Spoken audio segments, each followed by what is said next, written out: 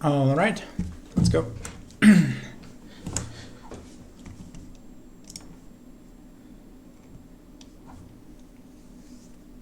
Okay, we should be good to go.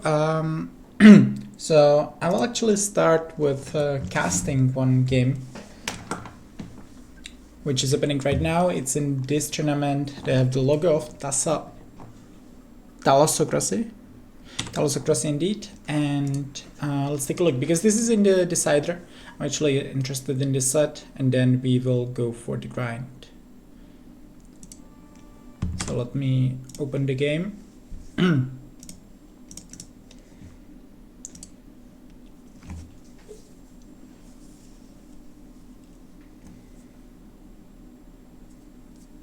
Okay, we're catching up. Now we should be. Okay, Japanese versus Georgians, and the map is 4 lakes. So this is the decider game. This is only best of 3, and I saw the second game, which Cloud won. The first game was won by Classic Pro, and now we are therefore watching Classic Pro's home map, which is 4 lakes. It's the basically, I think that it's like more of the tournament version. I'm not sure which tournament really like went up with this one. Maybe it was Titans League, I guess. But either way, this is not the leather version. On leather version, you have just so much more fish on each pond. There you have to kind of expand more towards the sides, more towards the fish, and the fish are also not as crucial. I mean, if you are like having 2 lakes, opponent has 2 lakes, you will run out of fish quite fast, and then it's turning more into a land game. While, for example, on the leather version, there's just so much fish that for so long you are playing like just food, just on the ponds, and you kind of ignore the land army and land eco therefore. Anyway, let's focus on this one. So we have there Cloud versus Classic Pro, and interesting matchup. I like Georgians a lot, basically starting with free Mulcard here, so that you can easily start with dock even faster than, for example, you can with Japanese, but obviously Japanese will catch up kind of because of the more efficient fish. So in the end, it's kind of even eco-wise between those two civilizations. Japanese should pull ahead in terms of eco because of the fish, while Georgians have the better land army, and if the game goes real long, they should be favored. But we will see about it. I still like Japanese a bit more, I guess, but we will see how this will play out. Cloud already clicking up after the loom. Classic program 1 villager faster. Actually, Cloud has 5 seconds of idle TC. It's a bit sloppy. Not a big deal though. So far, both players on 1 pawn, and it seems that Classic Pro, with Japanese, a lot of times you want to play Rexes and M&A pressure, because as we said, you want to play the pawns in the start, and therefore you are not going for, let's say, military right away in most scenarios on this map. Because let's say that if you want to open with a range, then you need to make barracks, you need to make arched range, you need to make some archers, you might need to be on gold for that, and so on. While instead you can invest like 350 resources, you can easily invest into another dock, you can easily invest it into free fishing ships. So that's why like you need to get a lot of value if you decide to make an early army. And that's why M&A is pretty good play, because most of the time opponent won't have army to defend it, most of the time won't be ready with the archer play like you would see, for example, on Arabia. In Japanese, since you have more wood because of the lumber camp, because lumber camps are cheaper, then it makes a lot of sense that you actually open with M&A. However, it's not the case here for Classic Pro. Classic Pro wants to play archers, and we already see different approach from the players. Cloud has 3 fishing ships on this pawn, which is not too much, and he's already expanding towards the other pawn, which is the correct play. And Classic Pro wants to play the more of the land play. So he will play archers. We could easily see scouts later on. Classic Pro also trying to wall this. Definitely possible. Yeah, he will just have to. This will be quite a big wall, but it's okay. And I would assume that he will be, at least this side will be protected. Rotinator, what's up? Oh, this is okay. He can wall like this. That's also okay. And basically, this would be a better wall off. but I guess he doesn't see this forest, so... And this is a short wall, so it's okay. It'll be kind of awkward wall, but it's okay. So far there wasn't too much action, we just saw how the civilizations play out their Dark Age. Obviously both really strong Dark Age civilizations here, so it's kind of a safe approach for now. And once again, this is super important. I don't want to change this, or maybe I won't.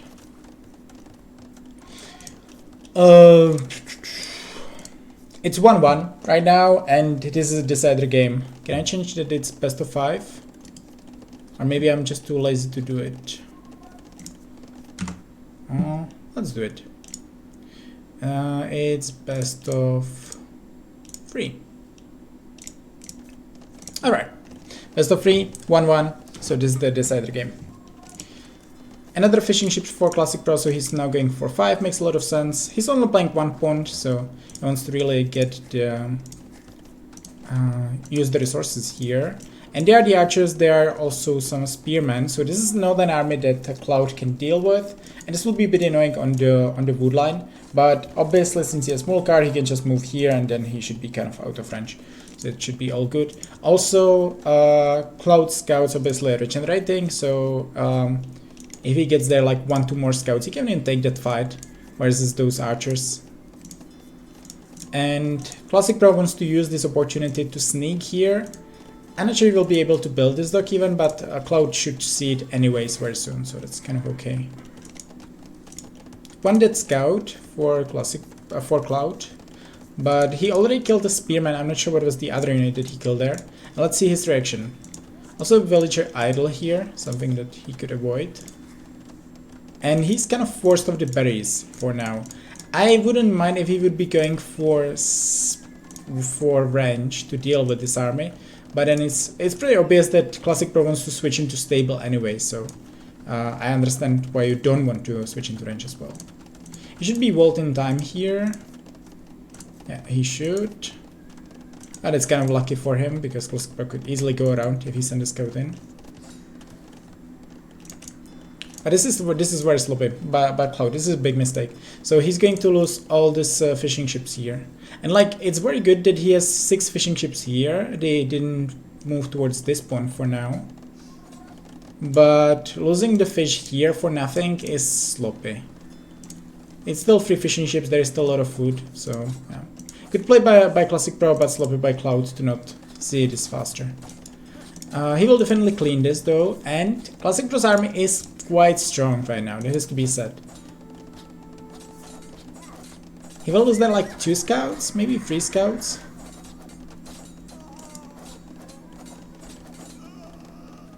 Okay, I think that I saw 2 scouts here. But it's one only. Okay, seems like yeah, there was only 1 scout lost for Classic Pro. That's for Cloud. That's very good. And obviously his army regenerating means that it's very efficient here. And he will likely deal with this army as well soon, but the issue is the resources. Like, yes, Cloud is taking good fights with the scouts, but at the same time he's losing the pond, and he's not doing anything about it. And Classic Pro is simply playing it safe and clean, and like his resources are getting there, so he's now going to click up to Castle Age. And Cloud, like, okay, he's playing double stable. I don't like it. I don't like it. You are playing versus Japanese. I mean, I think that Cloud knows that he's in trouble. I'm not saying that this was like his optimal, that this was the scenario that he wanted to have here, but this could be very annoying.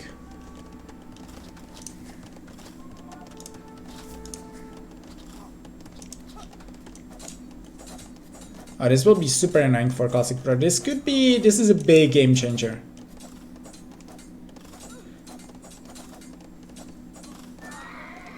There were like, what was it, 4 villagers dead, at least?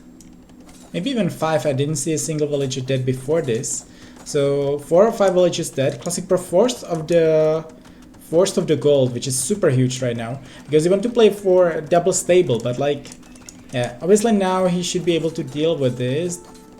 Or maybe... Well, kind of, yeah. He's killed 3 of those scouts, so that was the biggest threat for him. This army will die for Classic Pro. But Cloud needs to go up to Castle Age. And that's another thing, like he doesn't even have bloodlines because he's like not on gold, but then he has this gold spot, so he could be on gold for so long. And like cool, he's taking another good fight, but like I much prefer Classic Pro's position. Yeah, that is, I didn't even see this, but there's like 7 villagers of idle TC time, maybe even more. So this obviously means that he doesn't have really any equal lead in the villagers. And like Classic Pro's, let's say boom, Classic Pro's eco is not good anymore because he will run out of this fish very soon. Then there's this one, but it's already not too efficient. So then this is 7 fishing ships that won't be too useful soon. And then he's running out of berries, which is another civilian villages that aren't on food. So like for Classic Pro, we're going for the and this is annoying. Oh god, this is annoying. Like, no, you cannot go back, Cloud. I don't like that he is going back there with his army. Like, I do understand that he wants to save them, but he's going for like double racks, full scouts. Seriously. I was hoping that he wants to get to Castle Age and like then go for some big push.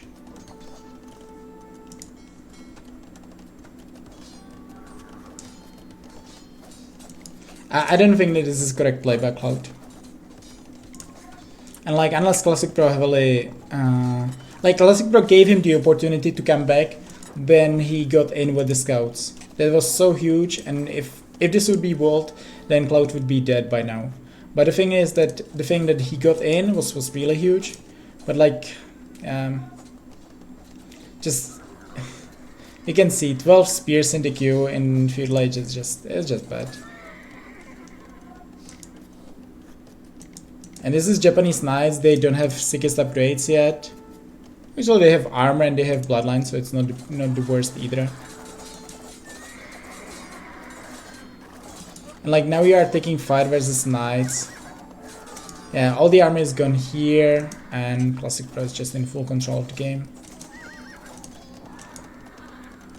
And this is what I was saying, right? You want to use the scouts, go in, kill their 5, 6, 7 villagers if you can, because there was a lot of scouts, and a lot of villagers were weak, so I could easily see Cloud doing their lot of damage with this army. And if he went in, Classic Pro would be chasing, then Cloud would go to Castle Age. I think he could be in decent position if that happened, but now he decided to play full feudal. He decided to save the scouts to now lose them for nothing. And yes, Classic Pro eco is not the best. He's losing like the fish efficiency. The fish will be soon completely useless.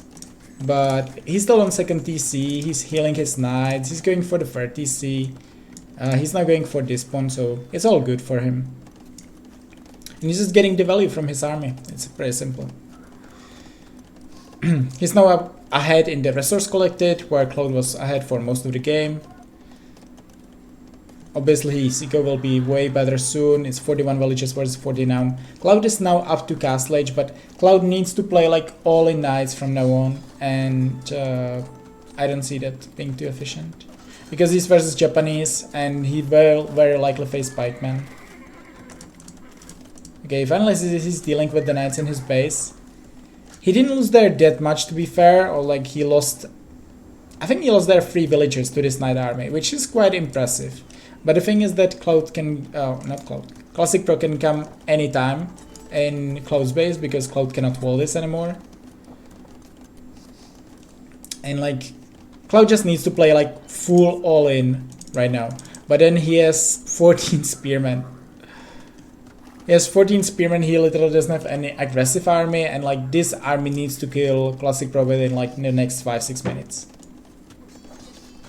If he would have, I don't know, 15-16 scouts, I could see him just like getting in and damaging everything.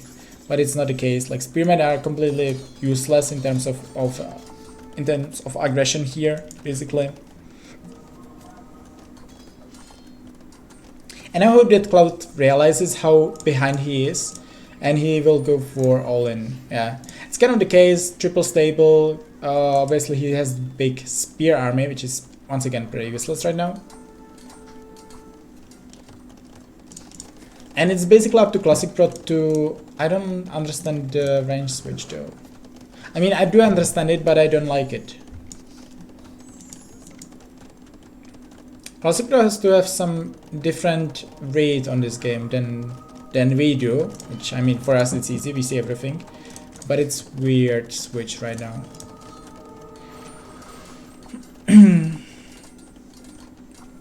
Detonator, sorry to hear that, but sorry, I was focusing more on the game. I saw in the chat.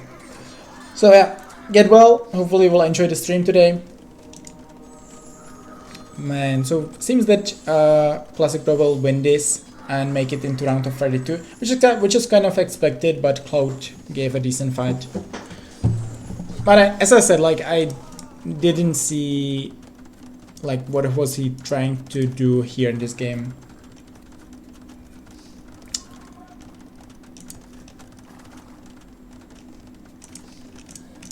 So there's now the only now 45 charges. It's also bad. First of all, he needs it desperately for the monks of his. Secondly, he needs it for the efficiency.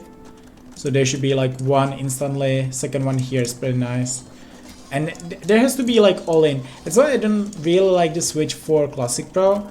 I mean, your eco is kind of leading to going for CAs here, because you will have, since you have like a lot of wood eco, a lot of fish eco, you will have a lot of villages on wood, a lot of villages on gold, and not too many farms. So like when you are running of the efficiency on the fish traps or on the fishing ships, you cannot naturally want to switch into CAs or into range army. So that all makes sense. You can see that, for example, the food eco is still better for Cloud than it is for Classic Pro. Although Classic Pro is now adding some more fish on this spawn, which is not too bad, while Cloud already finished his spawn. So yeah, the food eco is not actually better for Classic Pro, but in terms of the farm eco, it is still. But this is like what I would do if I would be in the position of Cloud. I would know that I'm behind, and the first thing I would do would be Siege Workshop. So I would go for mangonels, I would go for monks, I would go for all-in knights, and I would try to kill. But he's going for the second TC, and then like the second TC isn't giving him anything. He's still 30 villages behind. If he wouldn't add the second TC, he would be 25 villages. He would be 35 villages behind. It's like not giving him anything really. But instead, those resources needed to be used for like Siege Workshop and so on. Like the TC is fine, but he needed a Siege Workshop. That was the most important thing. I think that the game would be even easier for Classic Pro if he went for Pikeman, but I think that this is also like I don't like this decision, but he was so ahead, and I don't think that Cloud was doing the best decisions. That it didn't really matter if he's going for CAs or if he'd be going for his own knights or if he went for pikemen. All would be enough.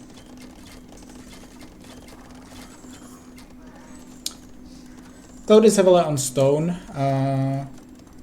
He needs to make a forward castle, but there isn't really a position which, first of all, there isn't a position that Cloud would control where he could make a real nice castle. But secondly, I don't even see like that dangerous spot for Classic Pro. You can make it here, but he's already moving from this area kind of, so you are not blocking there too much. But like castle here would be pretty good, especially if you would be like, especially if it would be like on the gate. That would be a very nice castle. But I don't see Cloud having the military to actually make it. And it would also make sense to push from this side, because this is where Classic Pro want to expand his eco. And it's like, I would say that for the last 15 minutes, Classic Pro is kind of playing with his prey. It's not an easy position for him. Cloud still has a lot of army. Cloud still has Georgians, healing knights with +2 now. So like it's not easy, but Classic Pro is just so ahead. And the thing is that for him, the winning... Oh, well, this is a big raid though. I like it by Classic Pro a lot.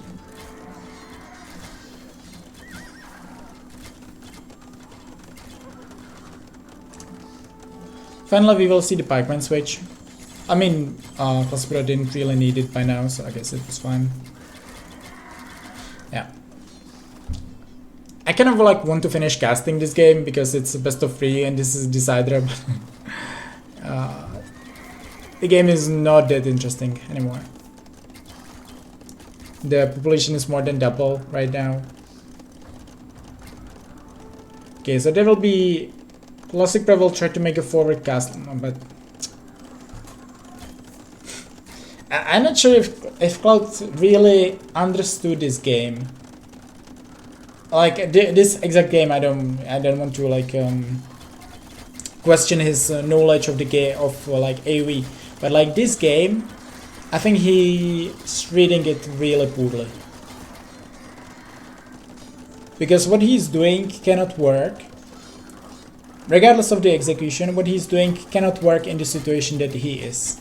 For example, like you are dead behind, you are all half the.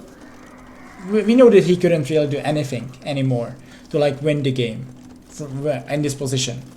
But if you are dead behind, you need to play like more and more aggressively, right? The more behind you are, the more aggressive you have to play. Kind of. And like this castle will give you nothing. Like, okay, it's ranging the TC and it's like annoying this one range, and maybe it will kill 2 houses and it's idling 2 farms. It's like completely, like, I'm not saying that this castle is useless. Every forward castle is very important, but like in this position, Cloud needed to do so much more.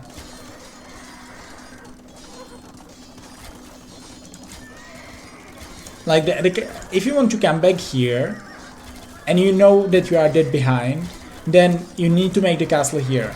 And maybe you will lose the game there, very likely you will lose the game there, but if you want to come back, then this is the only way to actually do something.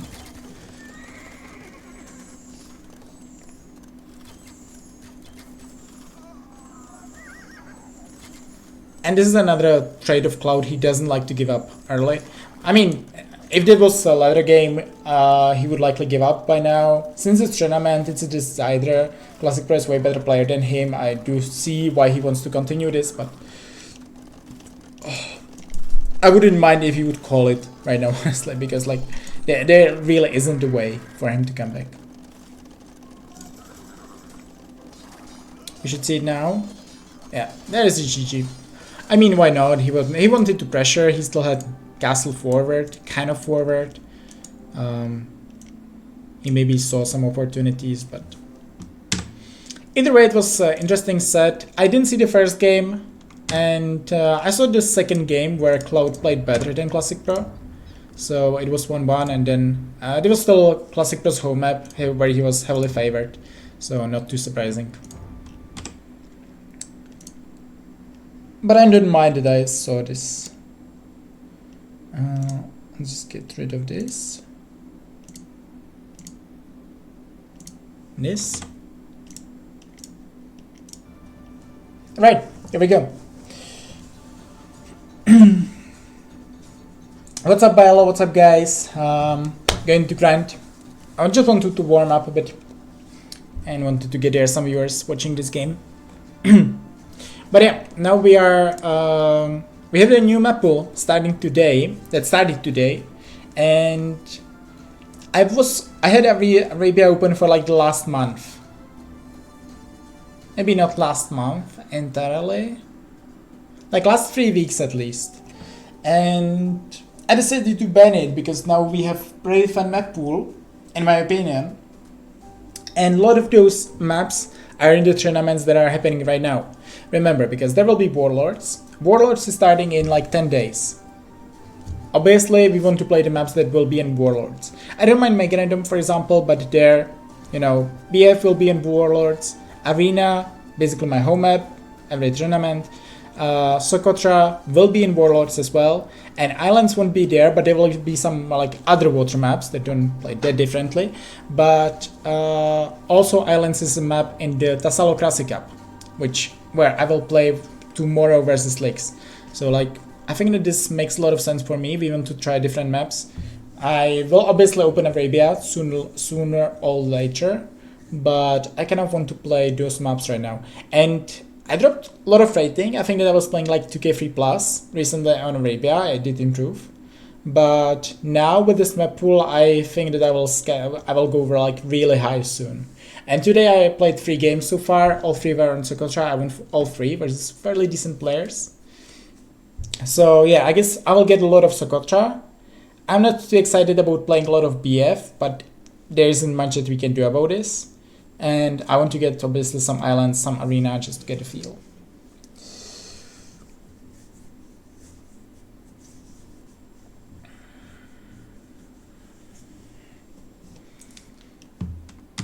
Let's see who's in the queue right now, and I guess we might... Okay, Genji's in the queue, not that excited.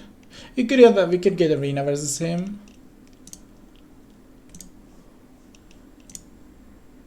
Can do a quiz in the meantime.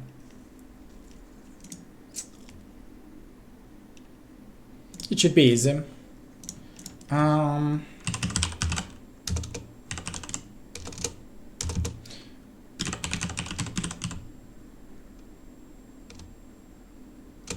Okay, it doesn't include lands. Okay, makes sense. Poland.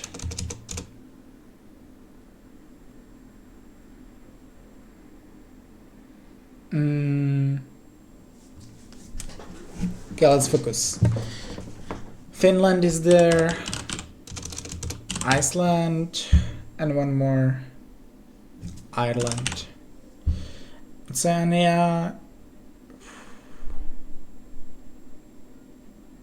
New Zealand, and in Asia, Thailand indeed. Alright, that was easy. Let's go for next one. I'm really bad in this, actually. Countries that beat France. Okay, I like it.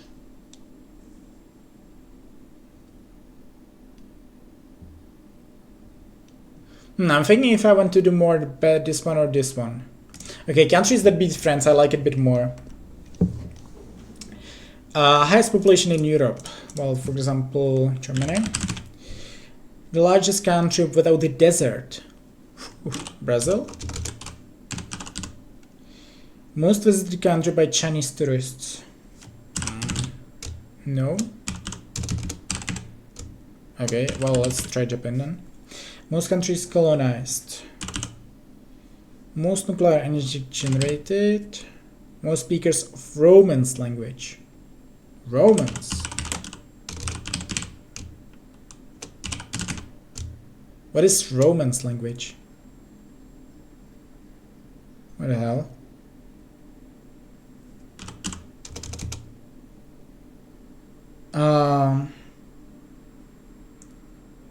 Okay, Romance slang. Okay, hold on. Wait, what would be ahead? Egypt. France has more people than Britain, I believe. No. Brazil. Oh yeah, that's true. Obviously the Spanish ones. Brazil and Mexico. And Portugal ones. Most countries bordered. That should be China. Most visited country by British tourists. USA. Well then maybe. No. What the fuck are Britons visiting? Netherlands. Italy. What are they like? Spain. Okay. Interesting. Alright, this I think will be Brazil, and then we move towards the game. We are playing, where is this? No, we got dodged. Okay, someone dodged us. No worries. Hoang dodged us. Okay. That's it. Okay, we get another game. Hold on.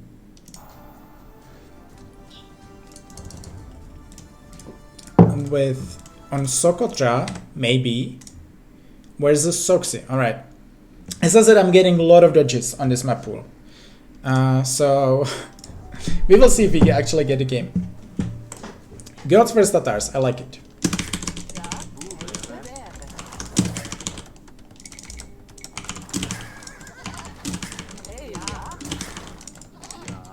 I don't like to lame, just to be clear. But this is Socotra and you have to lame on Socotra. Like, if you don't land on Socotra, you will be in trouble. Okay, very forward. I'm not sure if those are mine or his, honestly.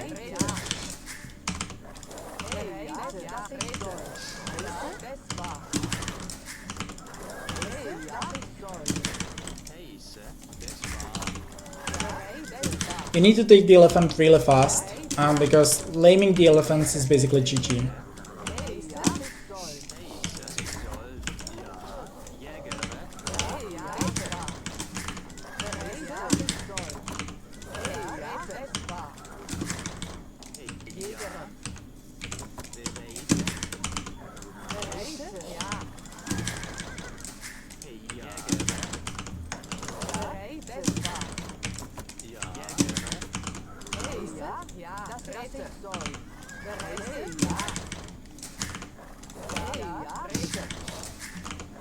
God, I have like this is so stupid.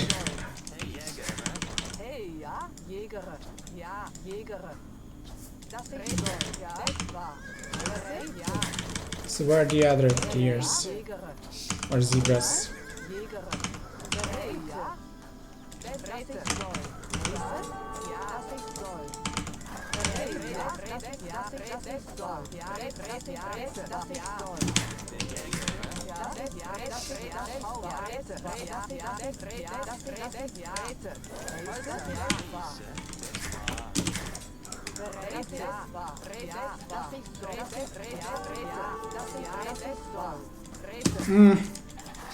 Get away with it.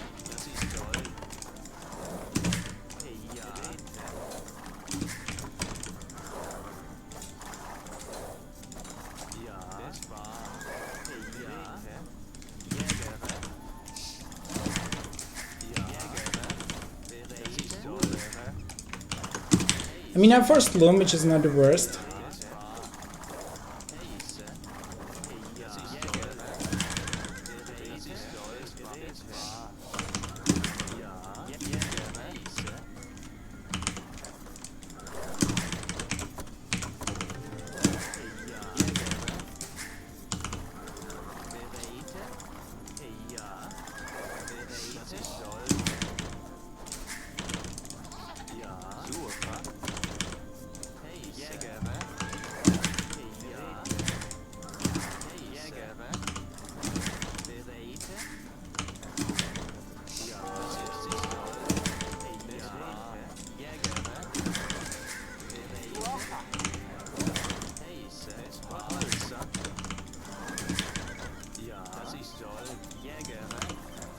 Okay, now he has to be careful though.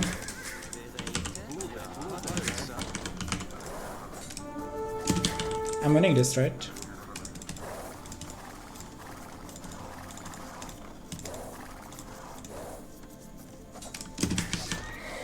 That was lucky for him. Oh god, that's so bad.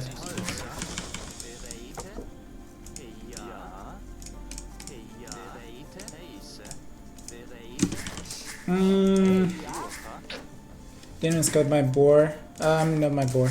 My berries. It sucks a lot.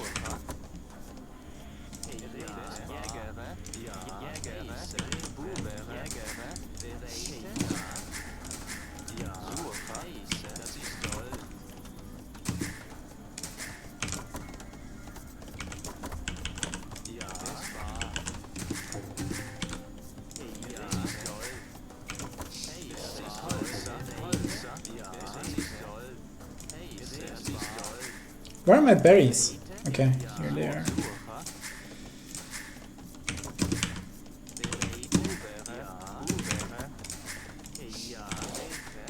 So we'll go up now, but as I lost the scout, it was really bad. Terror, what's up? Losing the scout was just really bad, and losing the villager also. And the fact that he got like... he simply got more of his deers than I did. But like, if I have the deers here, that's kind of stupid, honestly.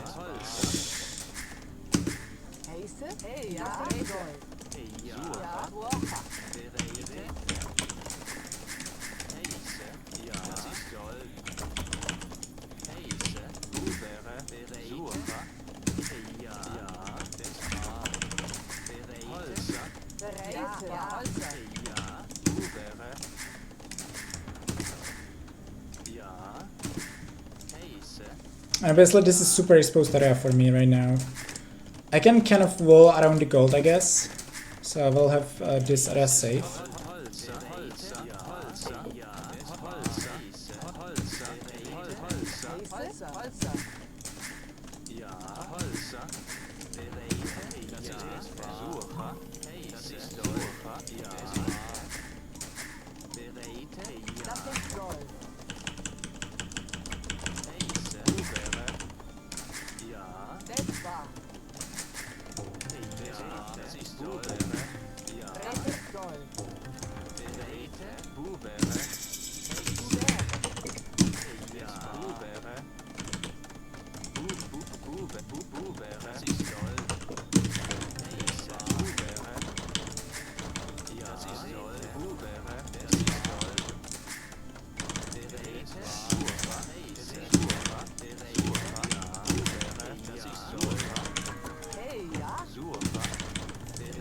Okay, it's not walled here.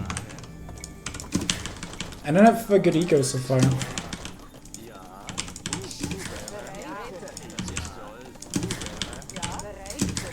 I mean, good, I cannot produce army. And villages at the same time. That's the biggest issue.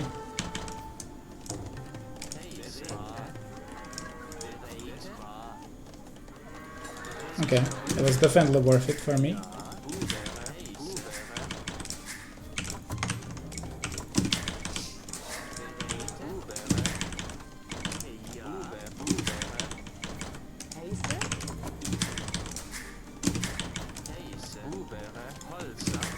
This area is safe. He's not pressuring the berries for some reason. I don't really know why. This is the area, the spot that he should be instantly sending his army to. Can make better farms than this. But definitely not with archers.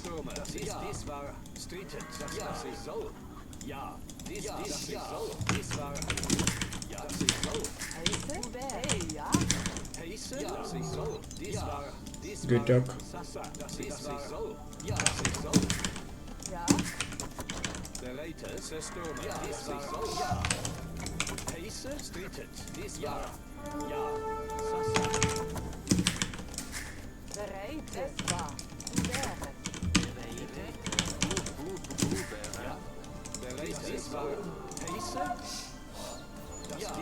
Good.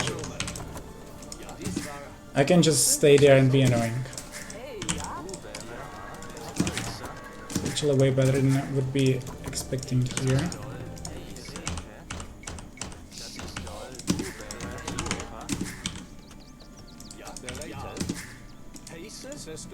And now we are forcing the skirmish switch.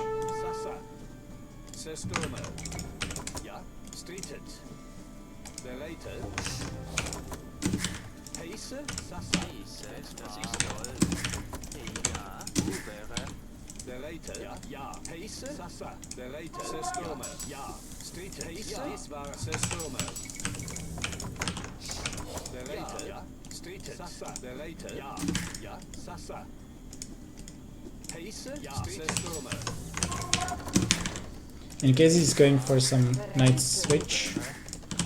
Oh, not knight switch, but scout switch.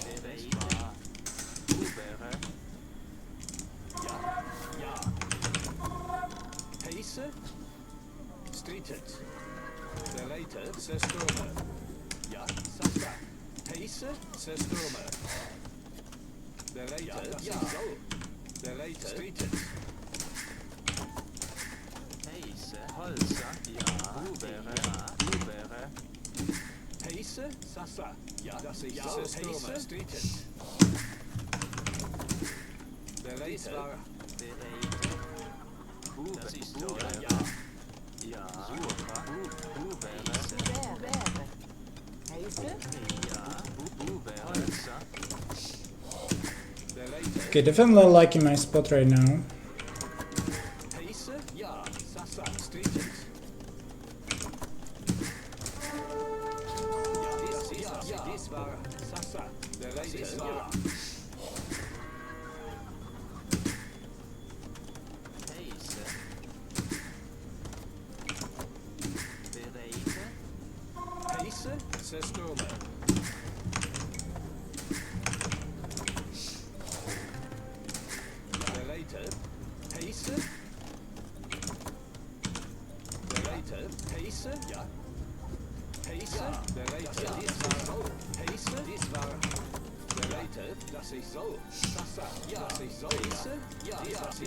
I can easily go for that.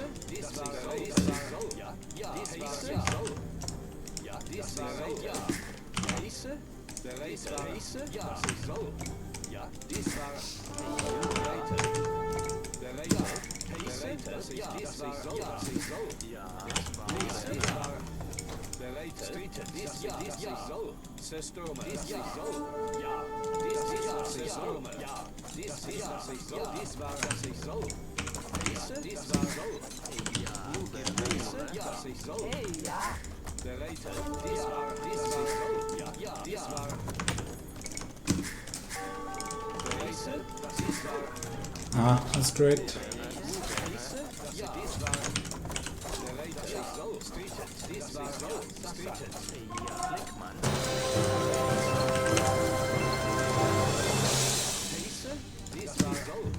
Thanks for the sub. Thanks for the sub, Race Freak. Appreciate it.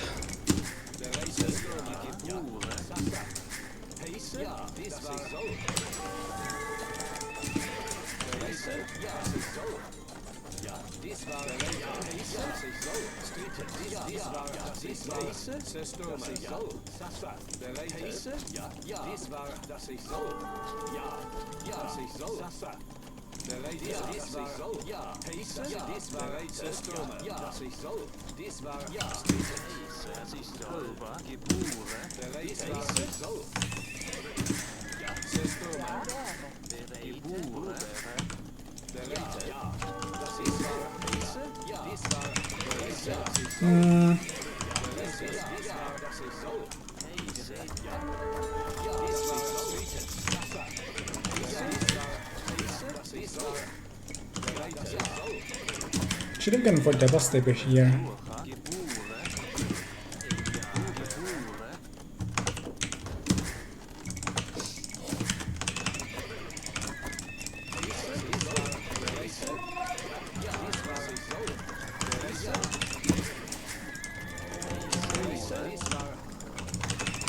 I still like my position a lot, don't get me wrong.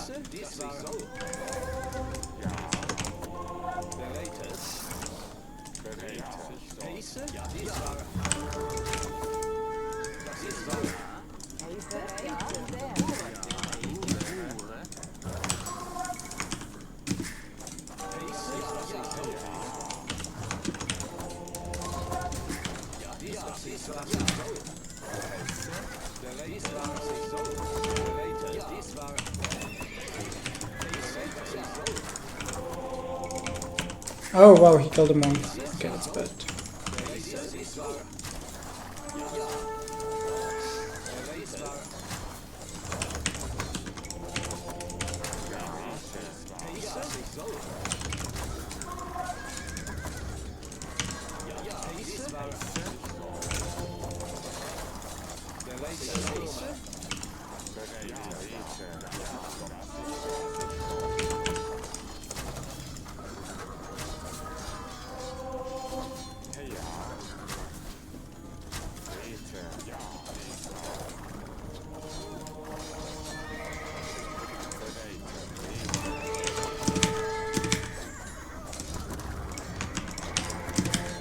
Okay.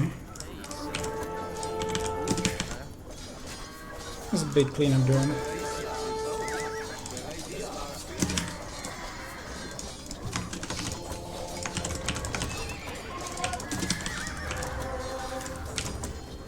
solo.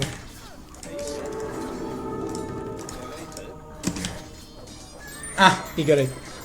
Last night.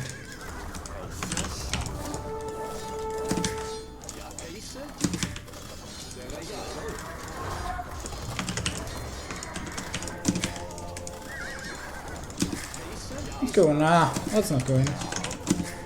Just play it safe.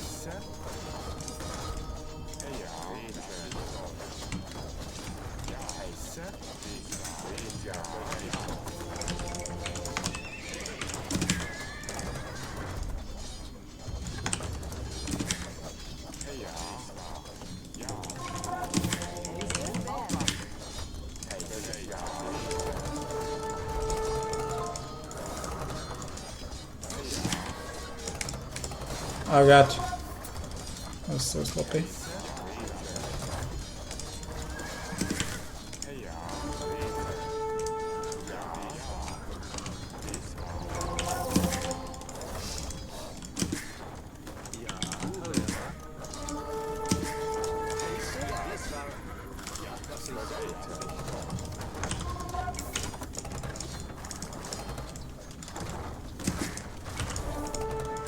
That's nice.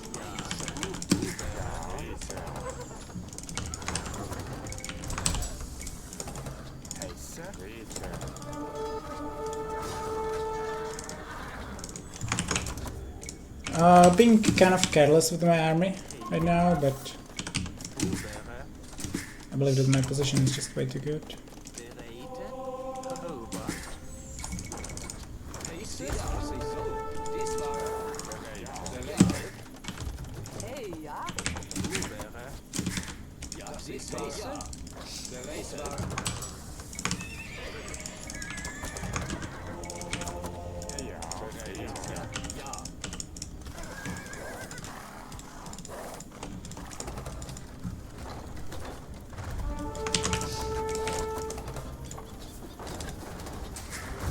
Yeah, I thought a double kill actually.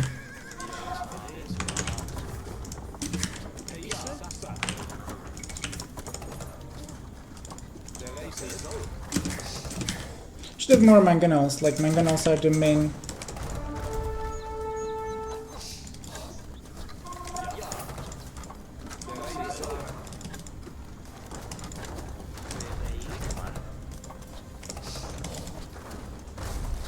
Oh god! So many mangonels lost for nothing.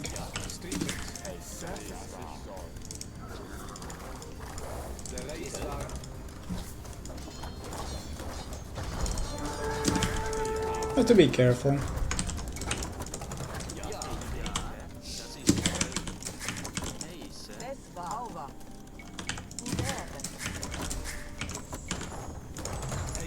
I have a way too good position. I can only lose it if I'm stupid and I take that fight. But I don't need to.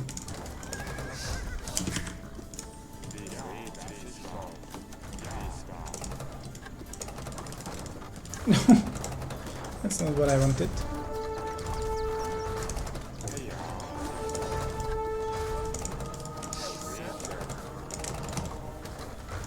Okay, yeah, that was the trade that I needed. To be absolutely safe now.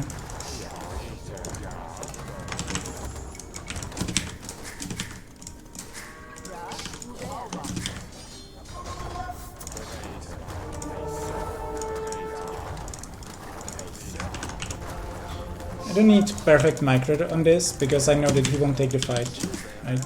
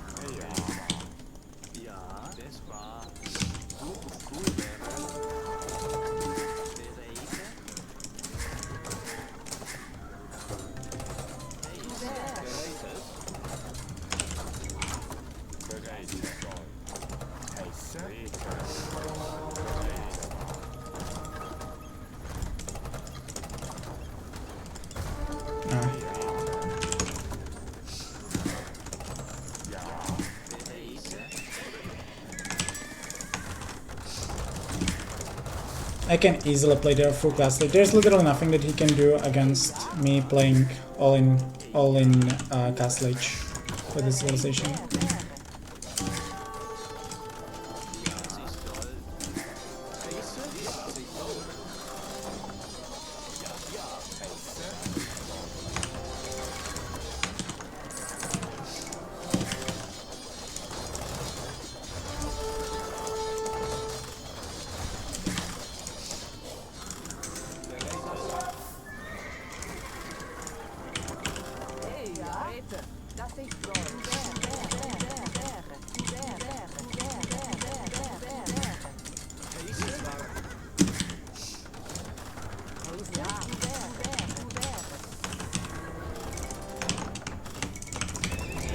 Actually, Anarchy wasn't really needed since I don't need to play two heavy husks.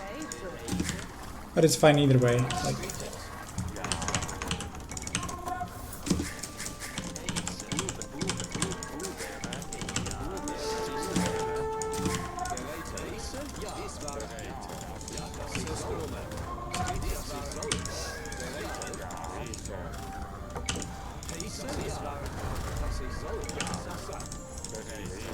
let's take the fight, I guess.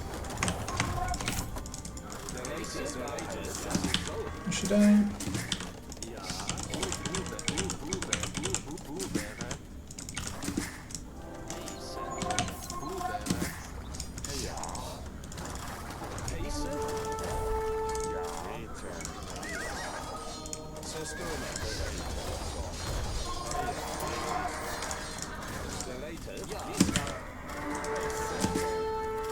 GG. You are just so ahead for so long. Just when you are playing versus, I knew that like my only lose condition, if I can say so, was to overextend, right? So if let's say if I took the fight some minutes ago, and I knew that I had a better army, but I would aid a big mangonel shot, he would get 2 free conversions, and suddenly he would clean my push, right? Because he's 1 TC, he's going full army. I have more TCs. I definitely have more eco than him. I definitely have the better position and so on.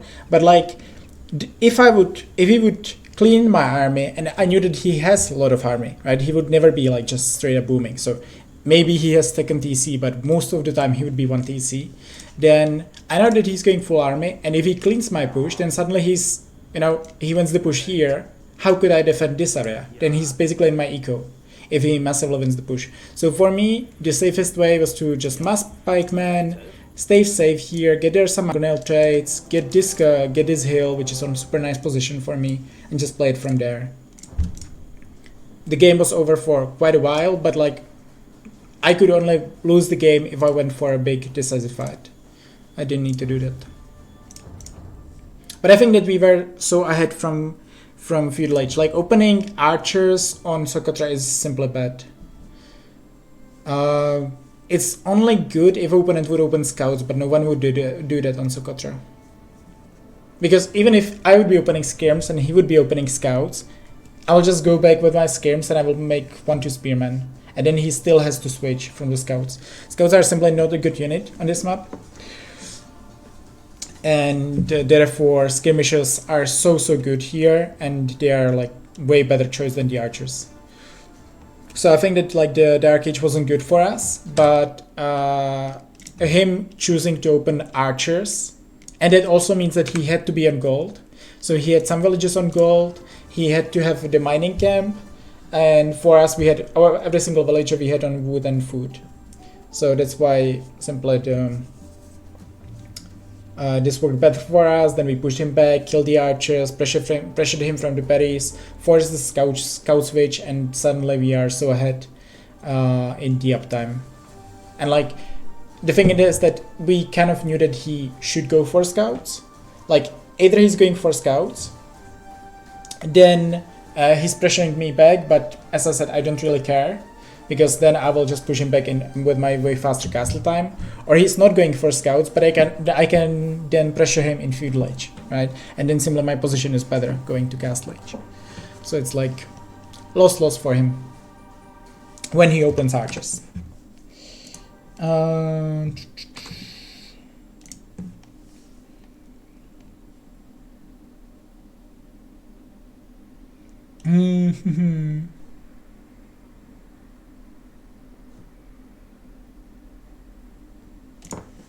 And by the way, guys, this is so far this map pool.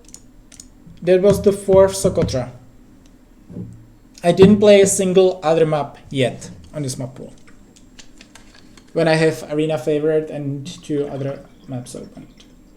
Just saying.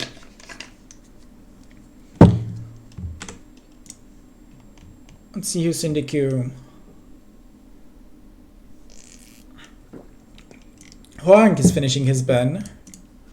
Wait, what is Hoang doing when he had 30-minute ban? Let's see. Ah.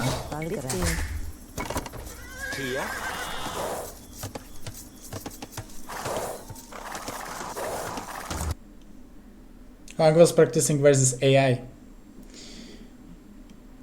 Can someone message Hoang that he can again queue because his ban went off? And also you can tell him that I'm in the queue, so we can finally get the game that was delayed for 30 minutes. Soxy is in the queue again, so we will either get Soxy again or someone who's joining the queue now. Anyways, let's go back to our quiz. So countries that beat France. Still 11 more to go, we don't have that much time, so let's go. Birthplace of the most popes, Italy. Most cheese production, Italy, no. New Zealand then. Most undiscovered, Italy.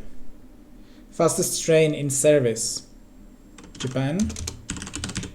No, China. Okay. Most wine production, Italy, hopefully. Highest percentage of Islamic residents among European countries. Oh, percentage. Bosnia. No. Oh. Wait, what? Ah, okay. Hold on. I'm one ahead.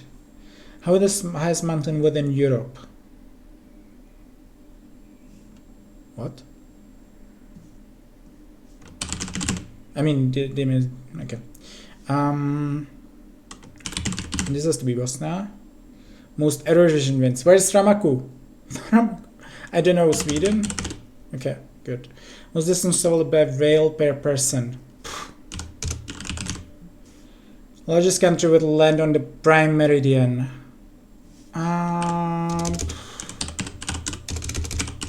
No. Congo? Fuck, I don't know then. Most Oscar awards for the best international film. Okay, Italy again. What is that one? Algeria and Mali. Oh, prime meridian. Oh my god, I for the equator. Prime meridian. Oh. So stupid.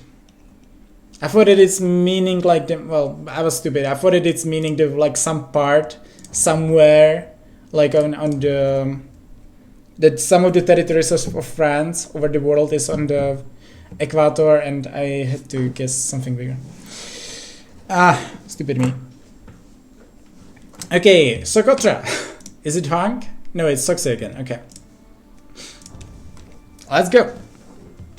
Socotra is fun. Malay versus Vietnamese. Oh, well, we definitely don't want to... we don't want to scout with the sheep forward, I know that much. Okay, forward berries, that's bad. Malay is the better save here. Ah, those are my... For real. The thing is that I know that he will expect me to lane right now, so we can play fairly defensive here. with the scout because he's likely defending also his food sources. But like this is so awkward. Like the position of the ostriches is ridiculously important on Socotra.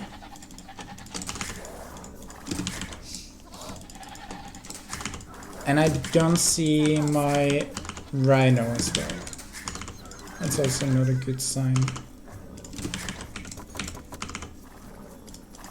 Rhino, please. Please.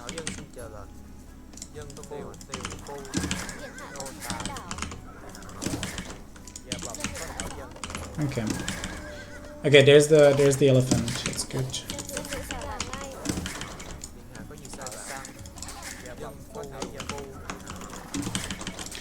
I obviously could be more aggressive with my units, but then this is the highest priority for me because it's super forward, right? So if he's going with his villagers units forward, then he will always kill my hand. But if I send my units forward, I have no guarantee that I would actually achieve the same because his hand is very likely safer than mine.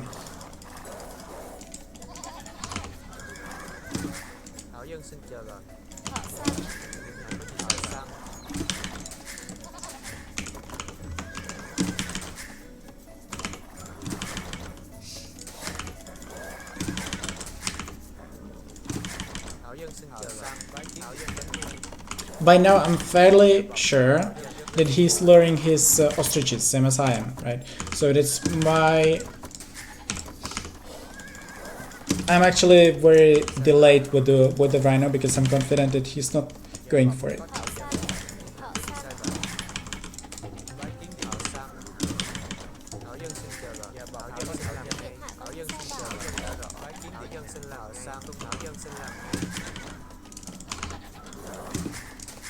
And this was my hand because he has his ostriches under his DC.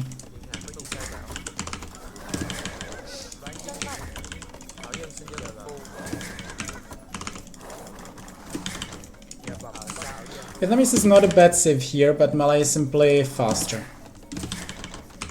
in terms of the transitions and so on. And also Malay elephants are no joke on Socotra, because the mobility is completely unimportant and they are simply super cheap.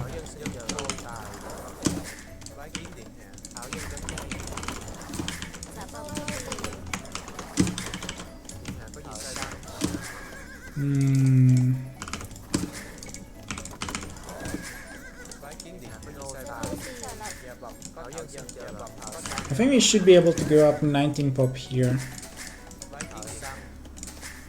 Yeah, I should be able.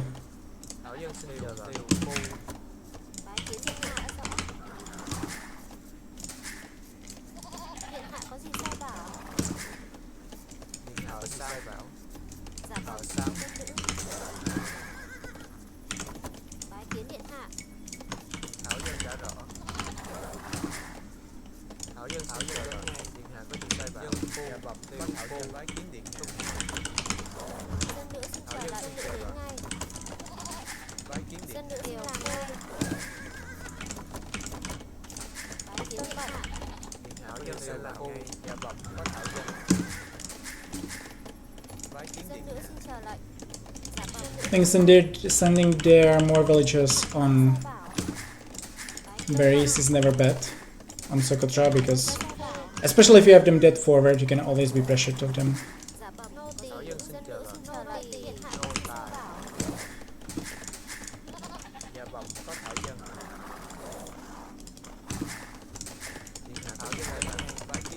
Obviously, if his scout would find mine right now, it would be a bit devastating, so we want to be safe. Okay, his scout is still here, that's good.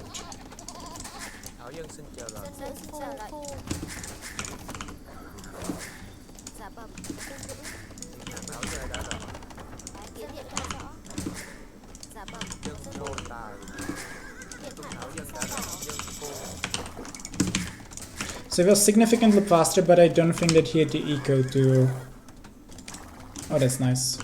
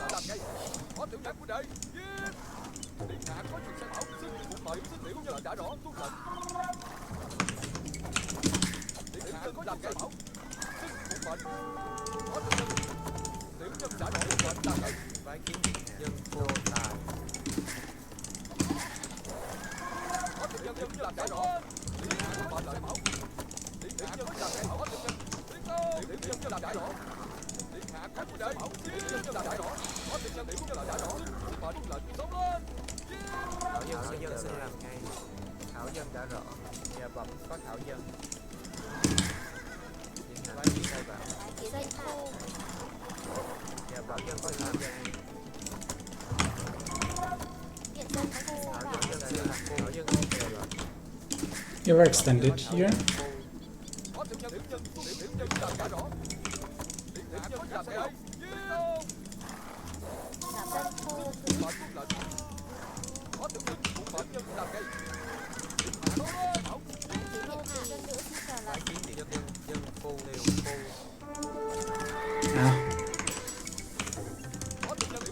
Like it matters that much, but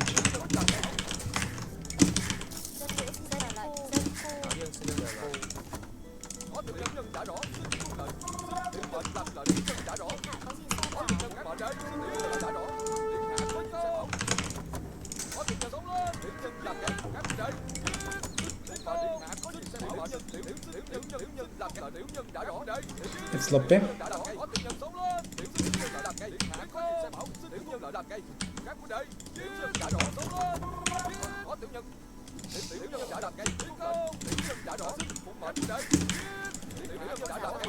As the hell.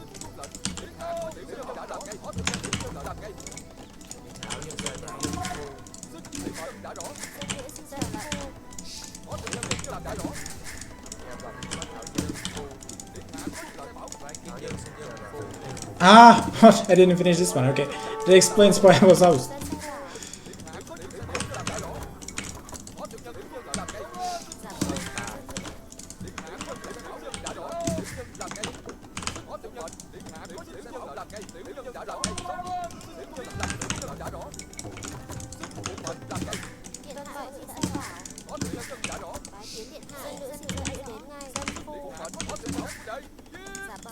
I need to make it stable.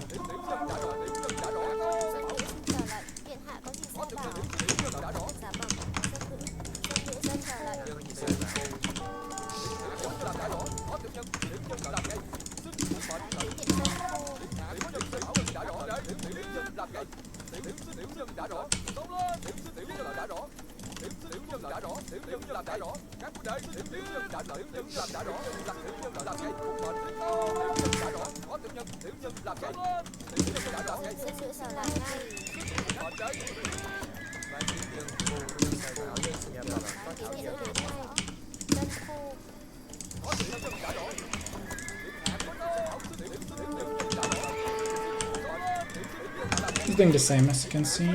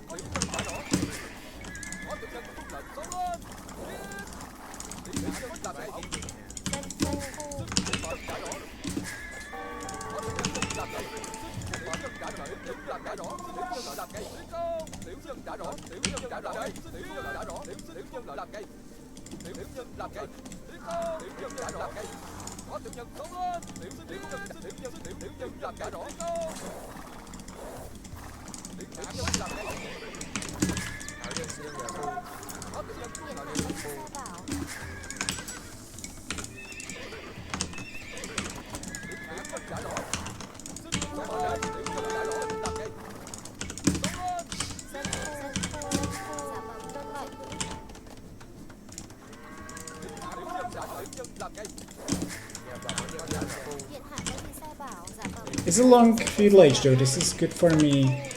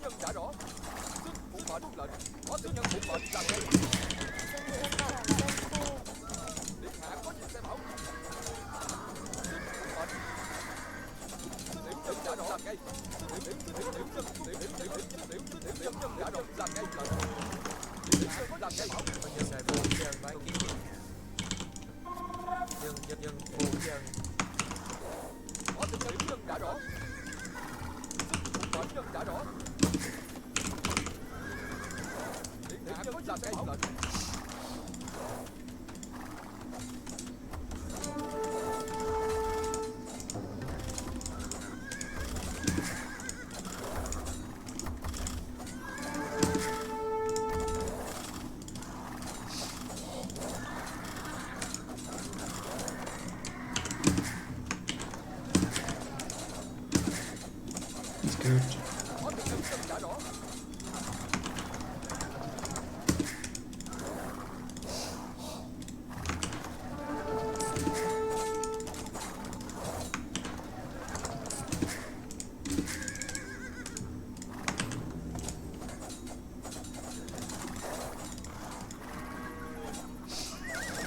Especially melee eco. If he's up right now, his eco is completely crippled.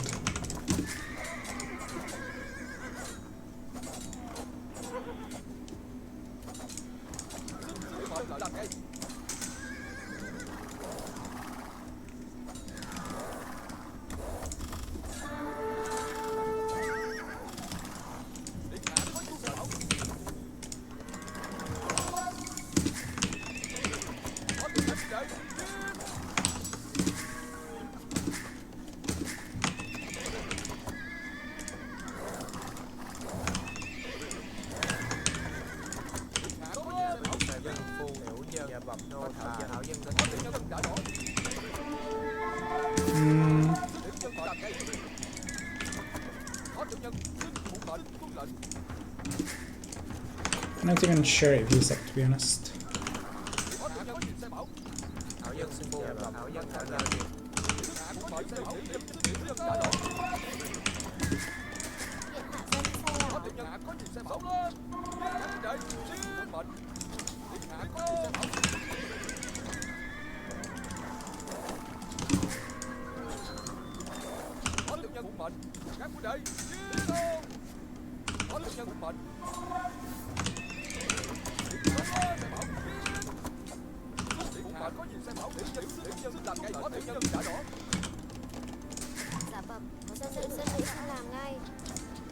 I don't know what his play is.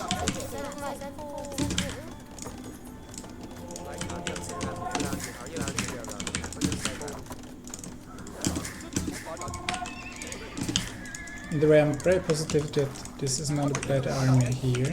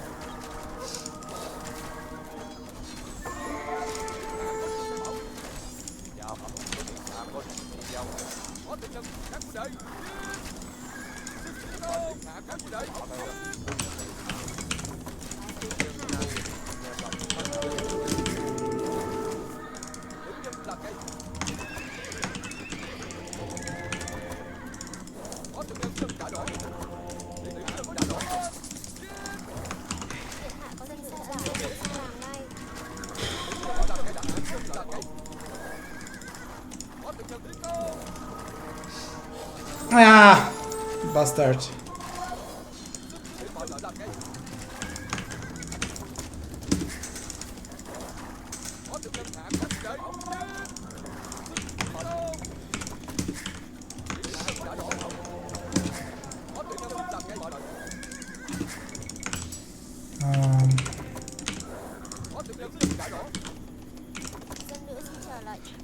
Okay, I didn't mean that. I'm sorry to my villagers. It's like my ability was likely gone at that point. But yeah, I still have the good position, that's for sure.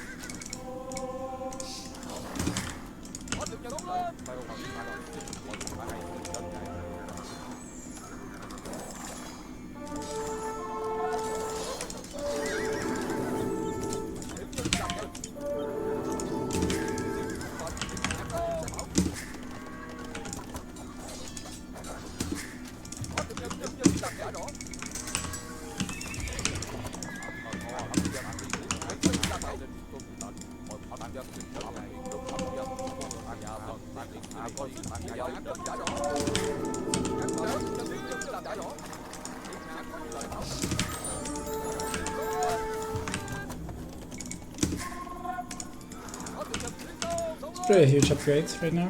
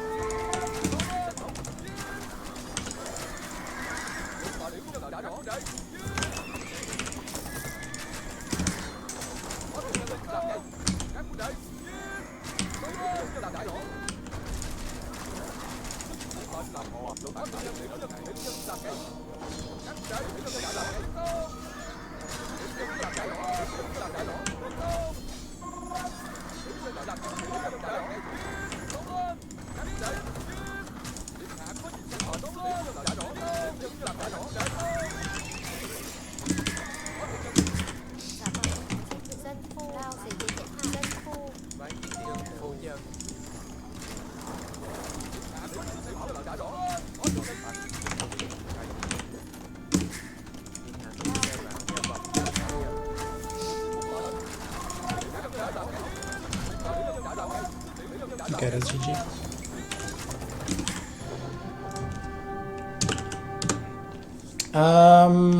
Yeah, it's Malay is tricky on this map, really. Like, if you played it clean, and this is like, it would be better for me if I made it more messy versus Malay in Dark Age. But then this is where my zebras were, my rhinos, no, not my rhinos, my ostriches this game.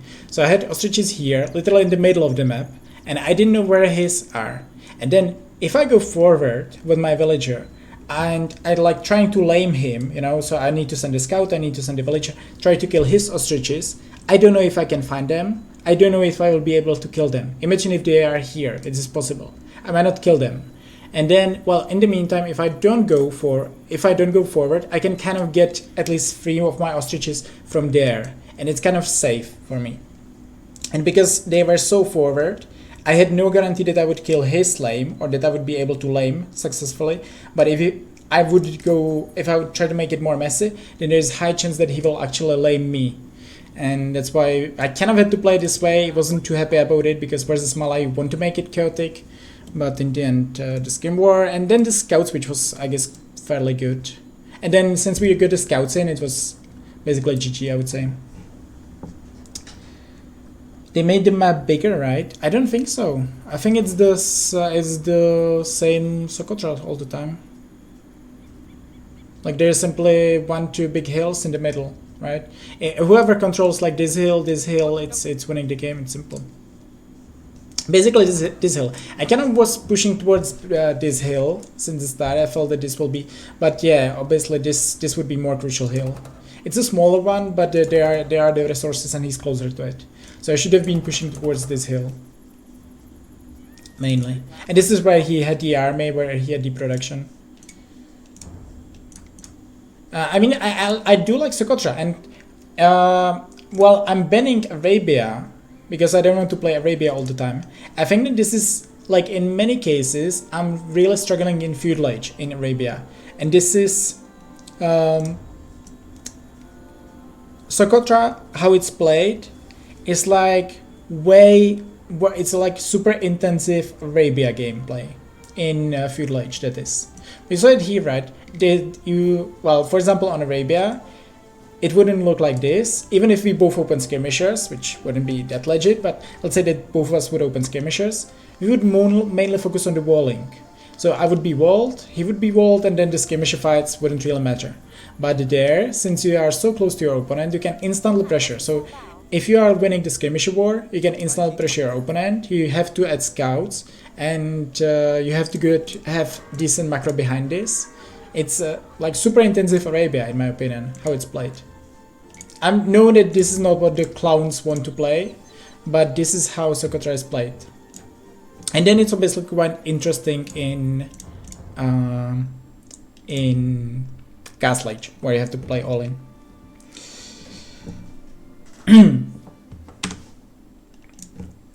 Anyways, this duo, I keep it saying, this is 5th Socotra today, and so far 5-0 as well for me. Just play the free off stream. Let's see, maybe we can get no, okay. Soxy moved from Socotra versus me to Arabia versus Hoang. Poor guy.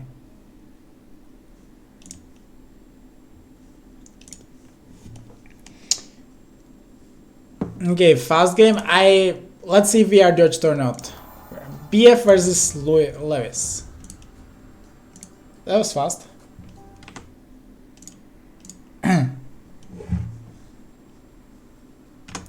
I didn't know. That's the thing. Like, I didn't check where I am before this map pool, before I started playing again today.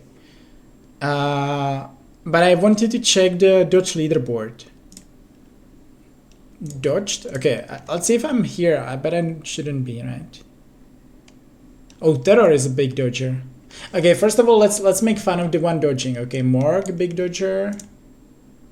Matza dodging a lot. Lucho, Monos, Prisma, that's not surprising. Deker, not surprising. Logist, not surprising. I think Matza is a cool guy, but I would say that generally speaking, this is not a list where you would like to be. It's kind of showing something, and like there are so many people that let's say are toxic on this list. So doesn't mean that if you are judging you are toxic, but being in this group is not something to be proud of, I guess. Matador, Jobs, Ozona, McLaughlin, a lot of the Arcsmorphs, Deker. And then the dodged, I'm still 4th. I'm ahead of Monos now. I was like very confidently first there, but then I started to play Arabia more, and unfortunately people stopped dodging me. But in this map pool I can grind a lot. I think that I was like 170 before this morning, so already like 10 dodges today. It's pretty good.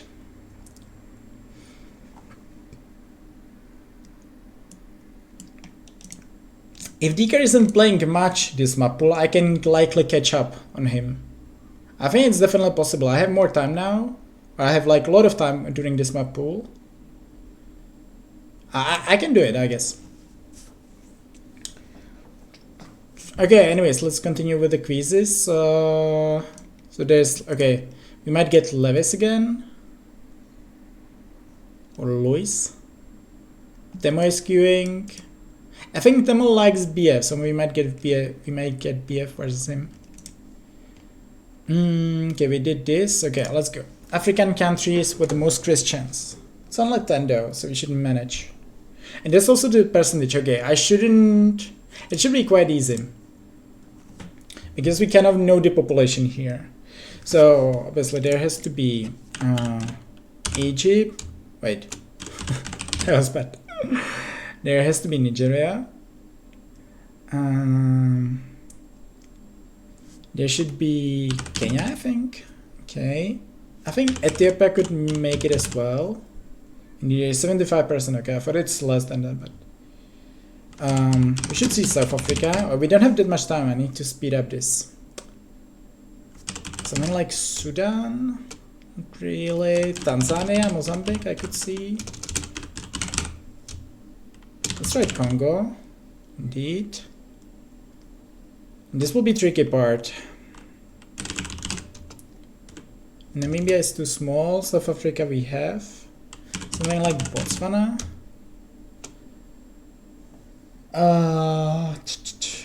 Zambia, but I think those are too small. Let's try Uganda. This is too small for it. Yeah, Uganda. Madagascar might make it. Get one more. I don't know. I'm missing some big country. Cameroon, Ghana. Wow. Let's go. Not bad.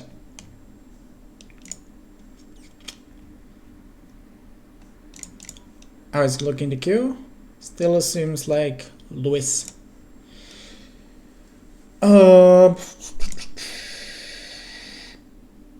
That seems easy. Okay, let's give it a try. So UK or USA has president as its head of state. Obviously US.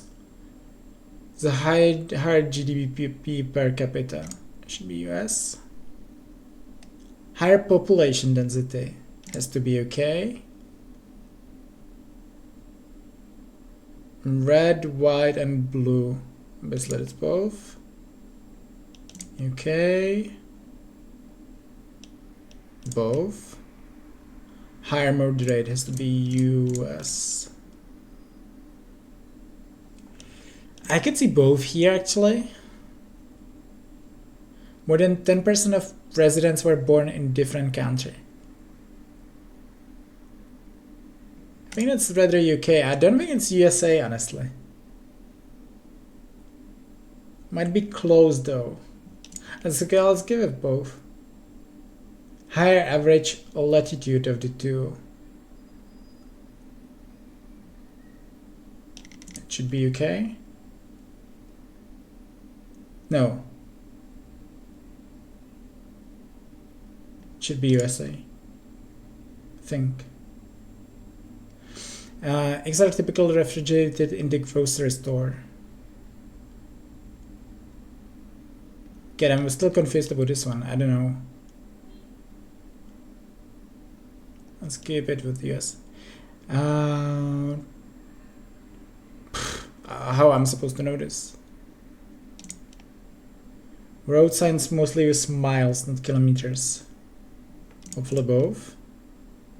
Paper money comes in different sizes. That's definitely US. Okay, drinks more alcohol per capita. UK. US, UK. That's close, I don't know. Chichester and Loris commonly wear vax. Okay, that has to be wear vaccine cord. Has to be UK. I'm confident with like 12. Let's hope for like 12. 11. Okay, it's actually quite bad. This one I knew, this one I knew, this one I knew. I think I had to be wrong on like every single guess that I made. So we were correct for the first 9. Okay, 14, okay, interesting.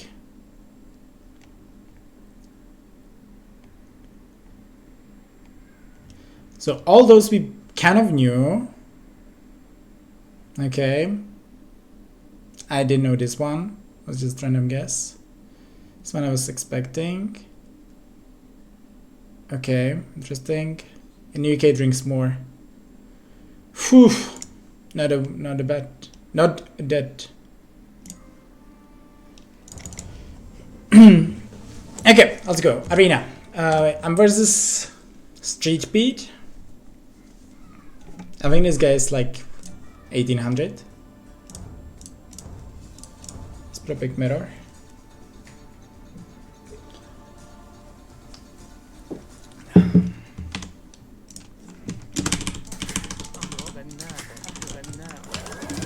Citizens versus humans. Alright.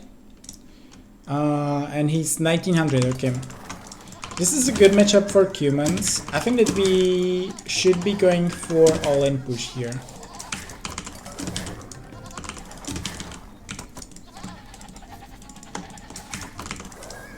And honestly, this is like matchup that I can... that if there's like a matchup or civilization that you don't want to face when you are playing versus worse player than you are, it's humans. Because it's such a dangerous civilization. Really tricky to play versus them.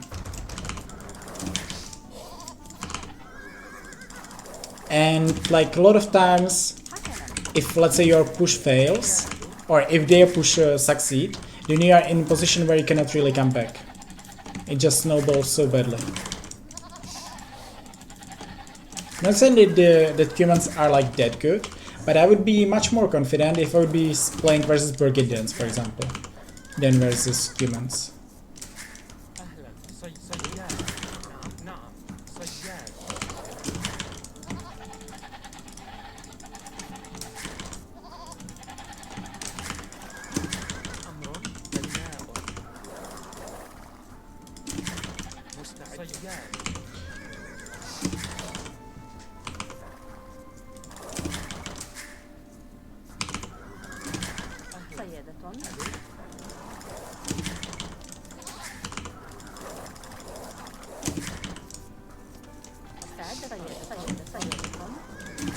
Okay, that's fine. Let's go here.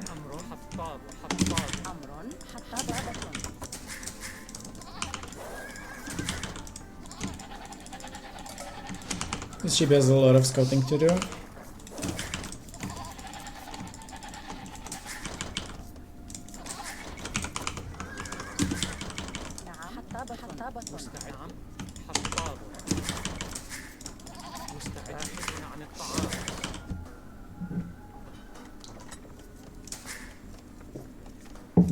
Right now I'm just thinking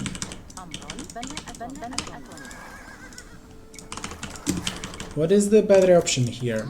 Option A is going for pikemen. So pikemen and mangonels. And option 2 is going for knights and camels. Which I think is more difficult to micro. And also I might need one more, it requires one more building to make.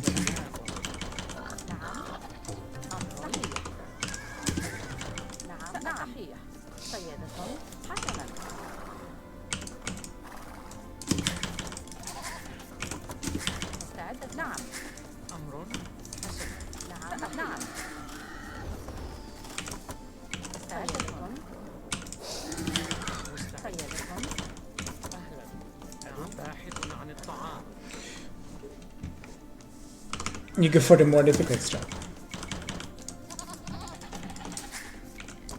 What if I lose all my puntos versus 1900?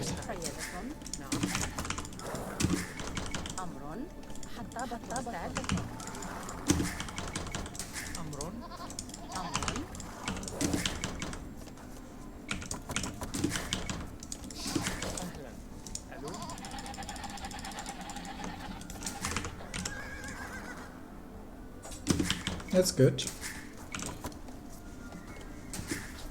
نعم سأفعل.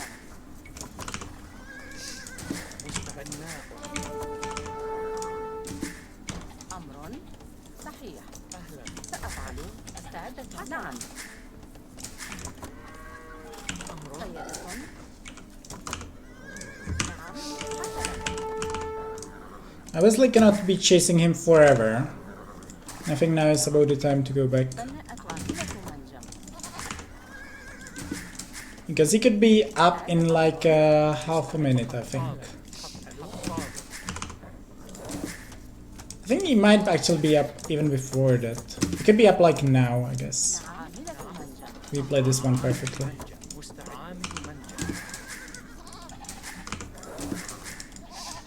Alright, so we will do what Arzad said. So we will go for 24 up, and we will open with stable here.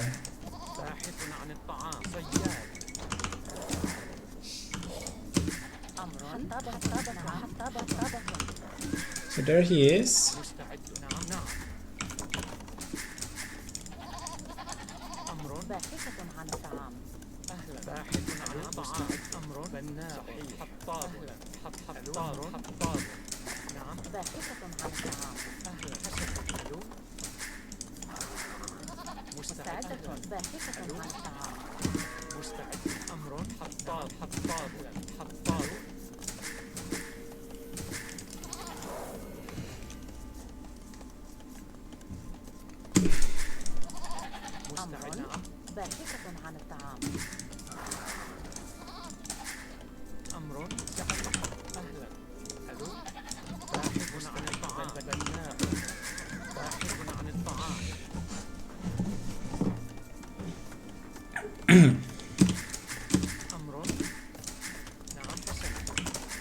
I don't need that much wood since I will make a market, so I need 250.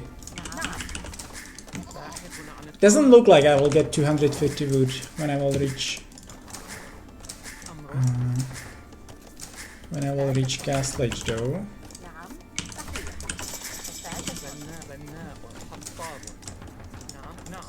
Might start with the blacksmiths. That's fine because we need a blacksmith anyways. I need a zero shop obviously, so.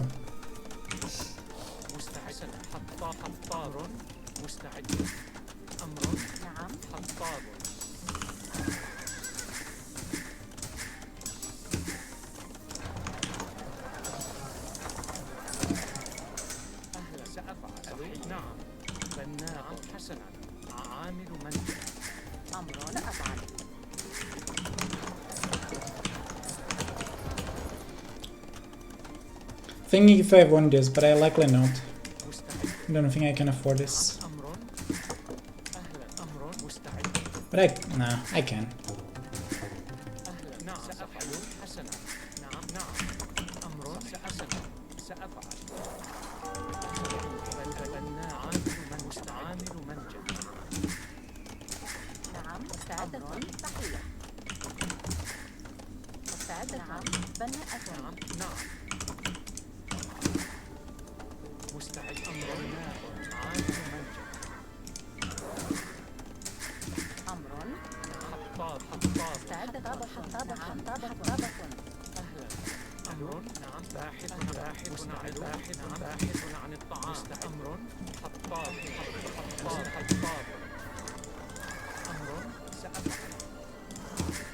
You're a bit exposed for my taste.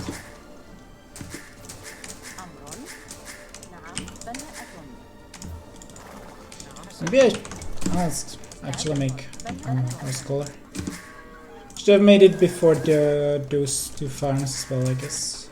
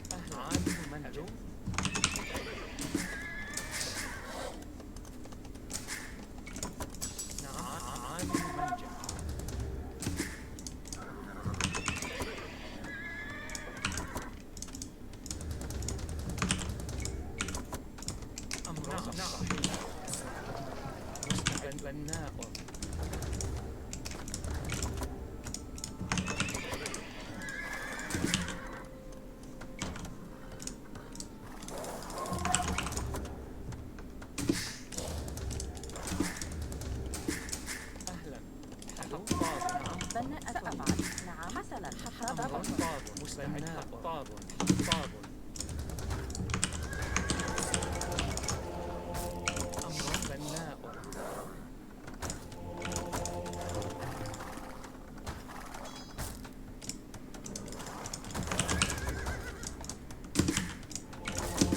Staying with the ram is actually fine. We are still putting some pressure on him, which is good.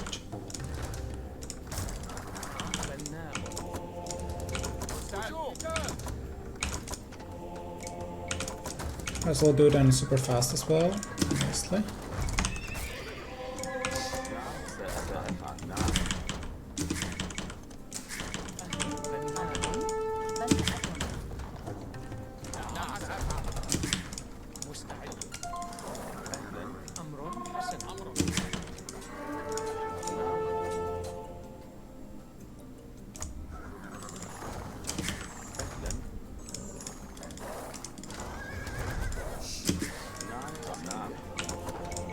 You can heal the monk actually, so that's all good.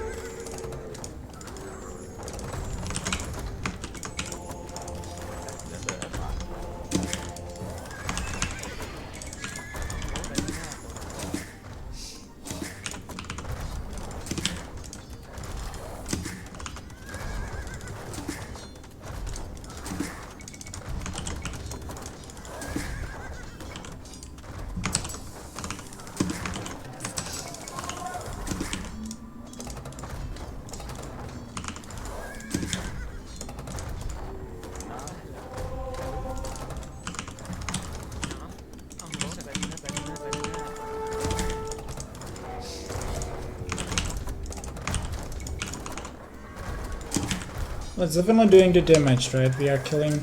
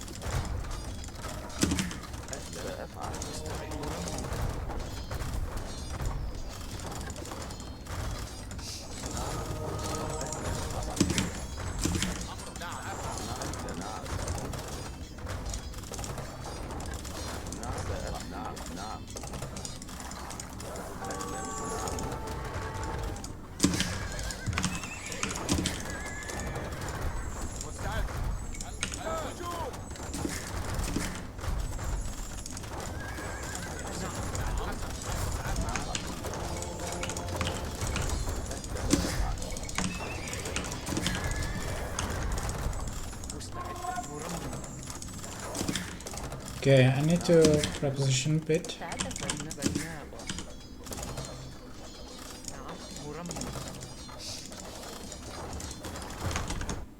Ah! I don't see anything right now. Okay.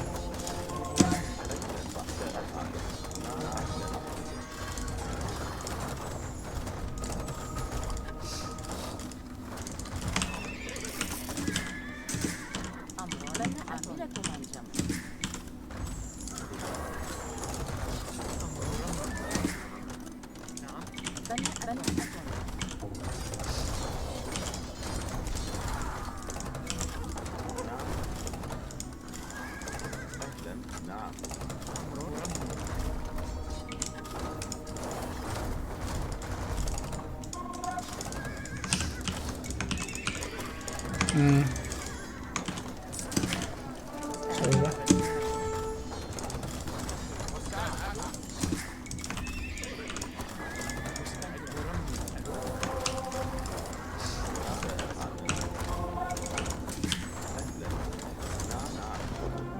GG. He didn't know what to do really against it.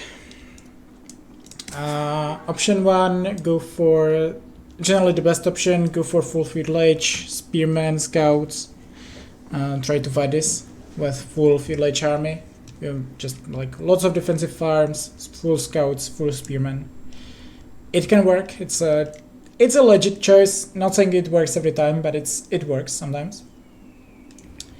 Option 2, try to go fast castle age. Sell it, sell the resources, get there to a couple of lancers, get there to defensive siege workshop, and like you have more eco, you will be under pressure. But if you hold the initial wave with like some lancers, some mangonel shots, then you can actually win, or you should be able to win the game. So those are the two options. He didn't know what to do. Like the towers, I don't think are a horrible choice necessarily, but you need to play it a bit different than this. And like he wanted to play scouts, he wanted to play spearmen, and he wanted to play towers. He just didn't know what to do. That's what Tate did exactly. Yeah, Tate had Khmer versus me, which is obviously a bit stronger than Saracens, because with Khmer you have very strong scorpions, which definitely helps there. And you obviously skip blacksmiths, and you skip wax, which is very good here. You obviously skip a market as well, but then for me Saracen market is not necessarily hurting me. But like, yeah.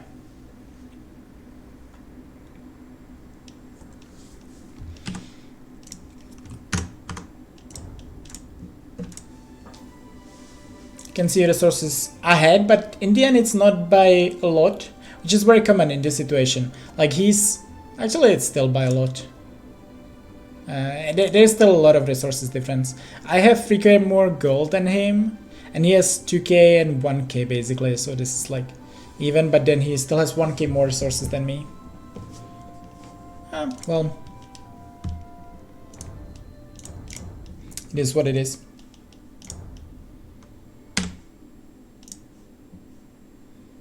And we are what, to 3-0 right now? Let me just take a look.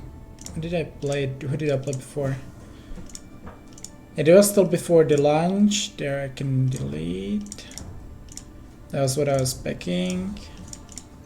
Okay, so Soxy twice and now one arena. Alright?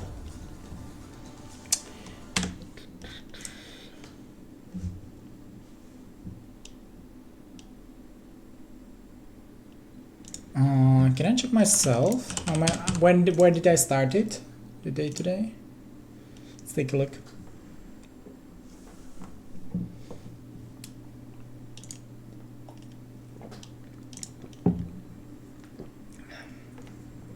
Alright, let's do another quiz. If there's anyone in the queue. Oh, not really.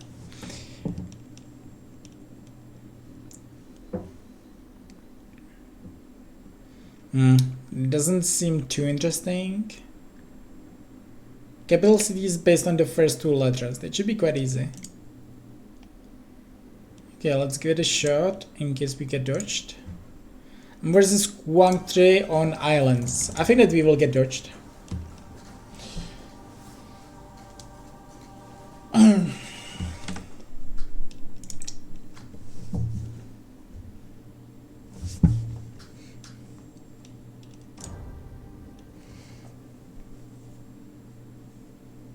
Okay, hold on, we are playing.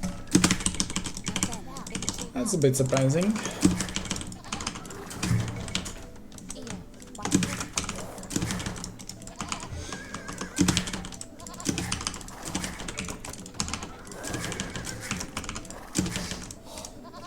But it's a good matchup for me. Malians versus Gurjaras.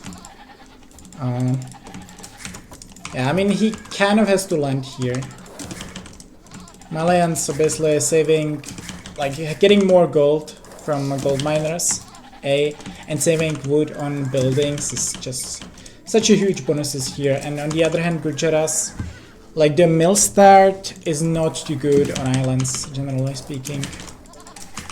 Because it also delays, like you get the food faster, and it's not like you really need the fish that not need the sheep that much on the islands. But the big issue is that it will also delay your fishing ship production compared to other civs. So like, it's not like you would have better start really than with most civs. And it's basically their main eco bonus. So.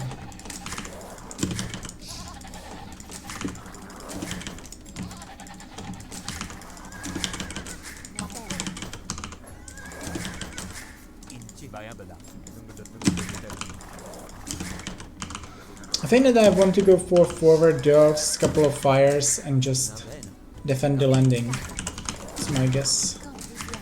How this will play out.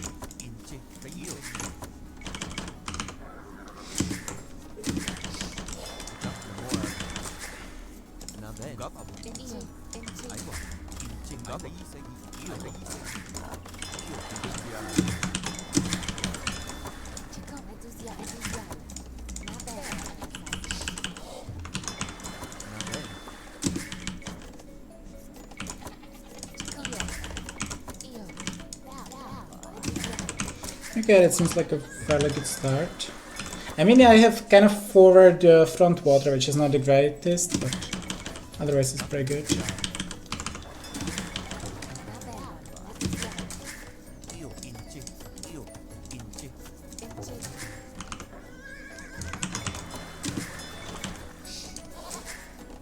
Actually, I played this guy on islands, I believe.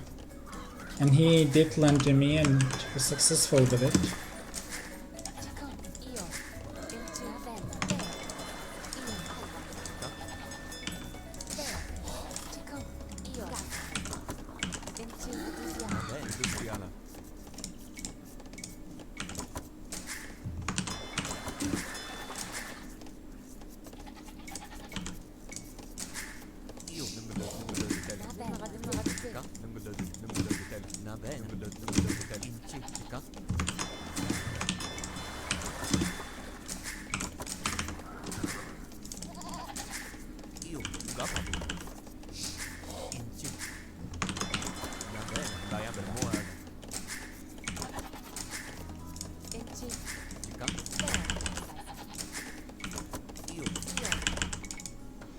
Well, I have so much food. It's not a big deal actually. If I get land in, it's pretty good.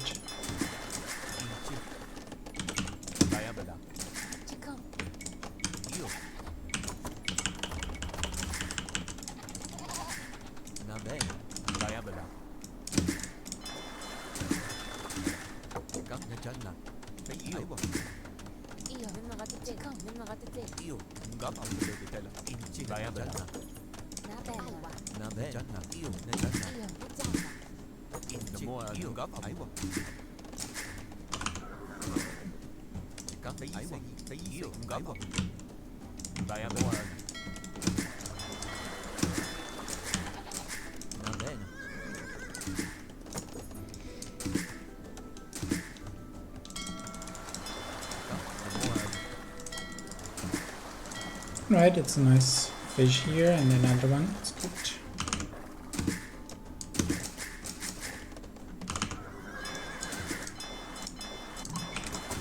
Okay, he's quite fast. We don't know what we are facing yet.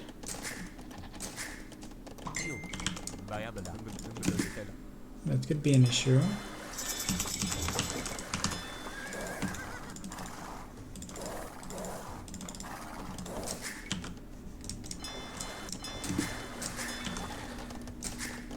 For now, I'm just play it like if I'm not getting landed. Which is possible. I have no guarantee that I am actually landed. I know.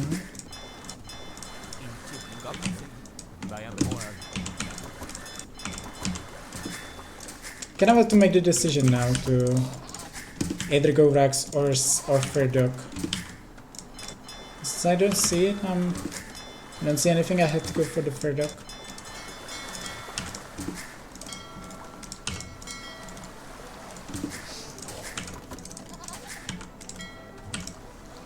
This is just playing galleys from like some side. He's in pretty good position actually.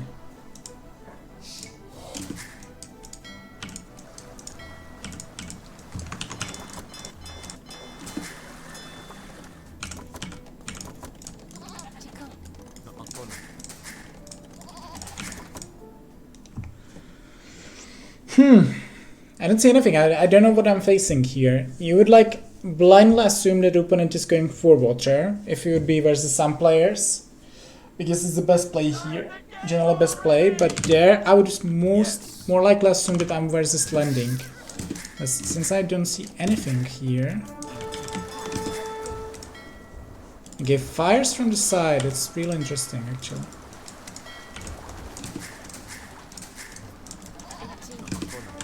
Kind of the best scenario that I could have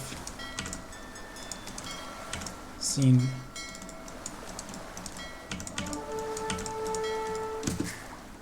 He's playing super defensive fires from the back. Doesn't make any sense.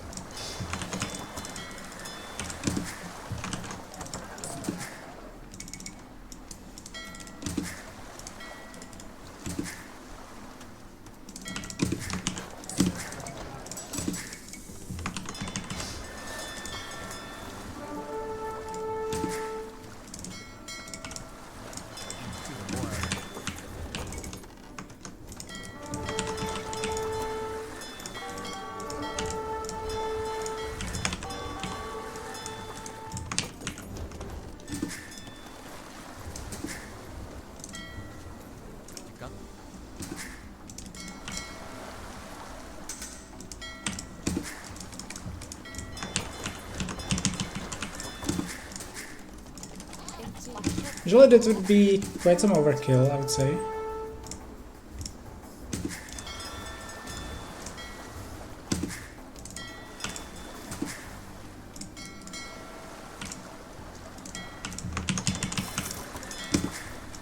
Play 4 dogs like this. Okay, I'm actually being planted.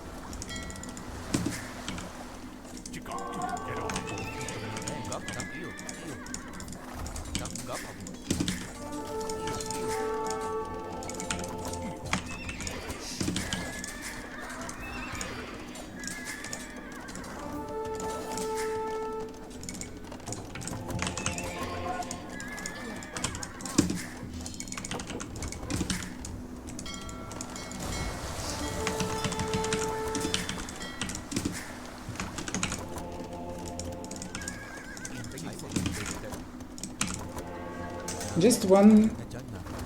Okay, I thought this is. When do you say that this is just?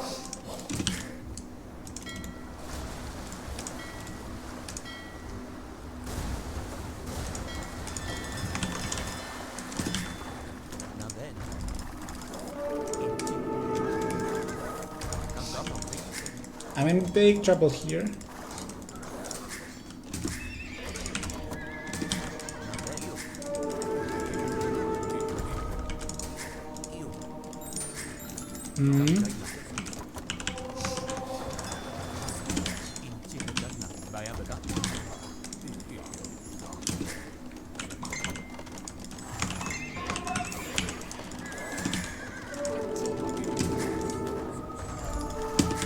Okay, that was nice.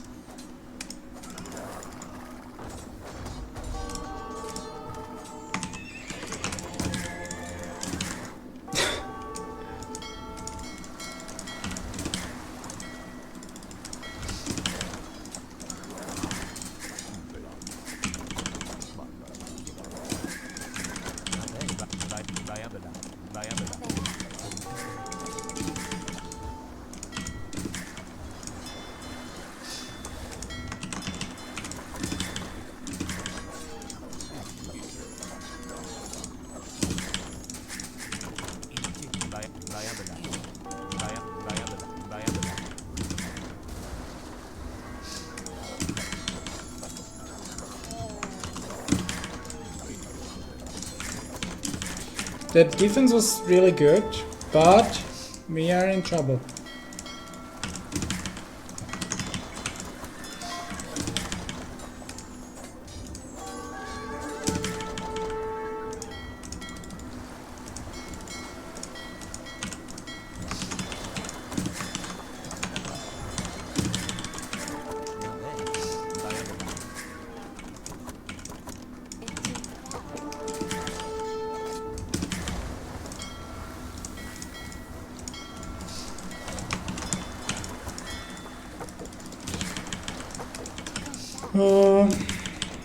He's mixing it really nicely. I like how he's playing this a lot.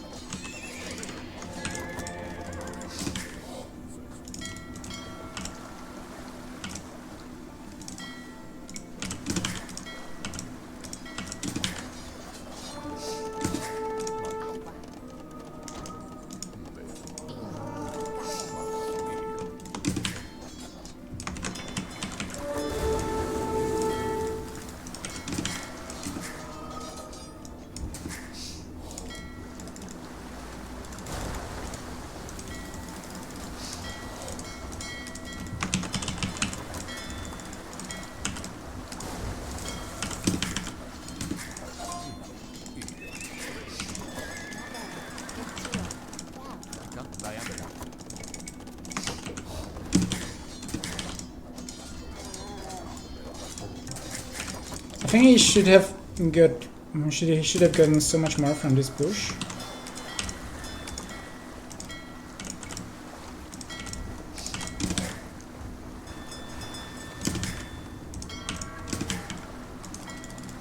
I think that there's a demo, right?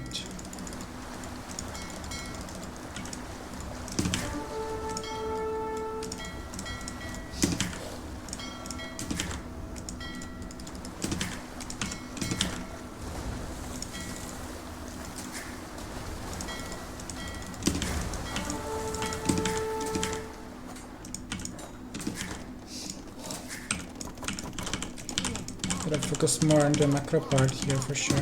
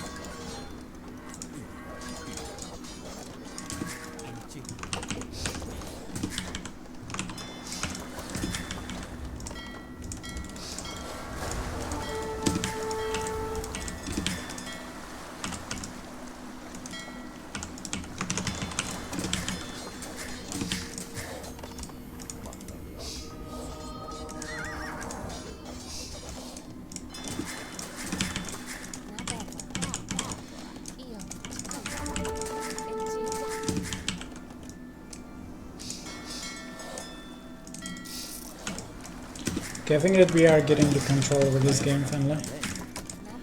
My eco is very likely better than his.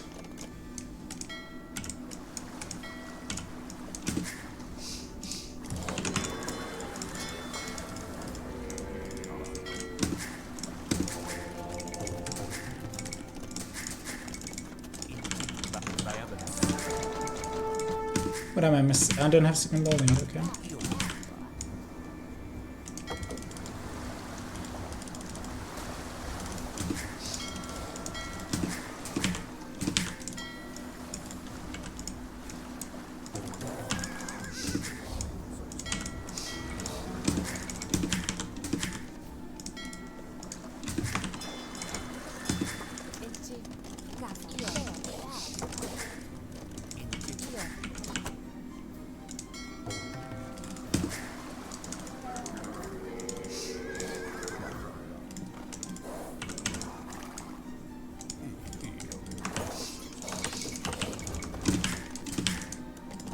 Ah, they're monks.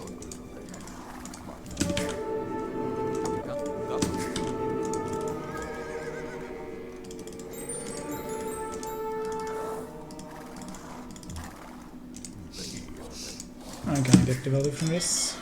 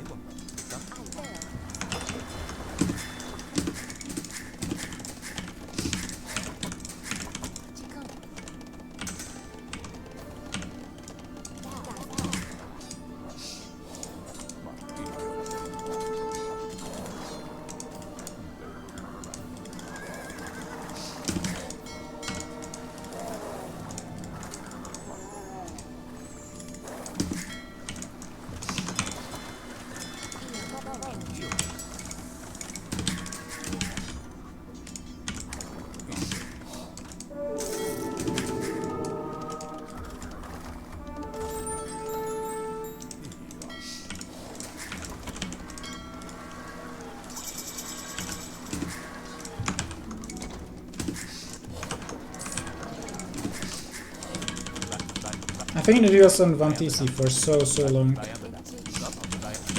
which is really the saving grace here.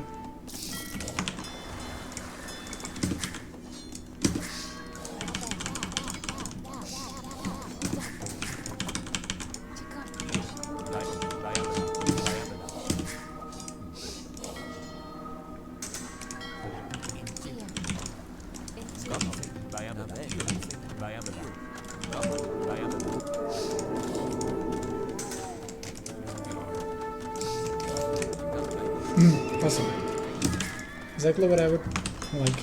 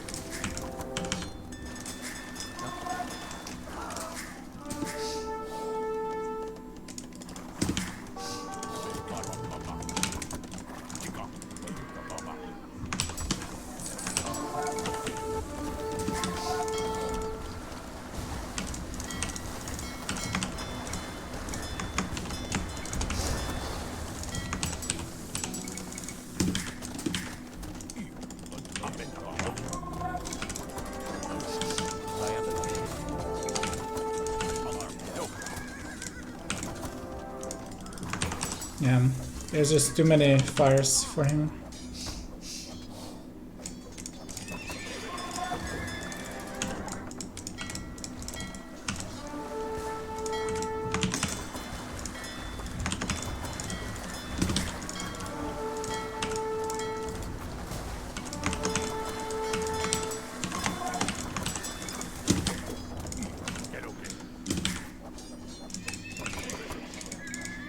He's losing real on too many spots.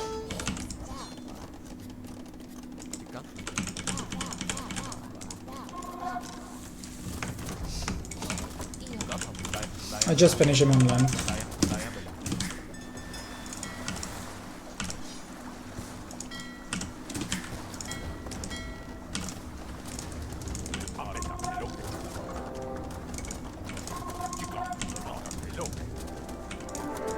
Okay, so he's going for skirms. Does he think that this will help him? Yay.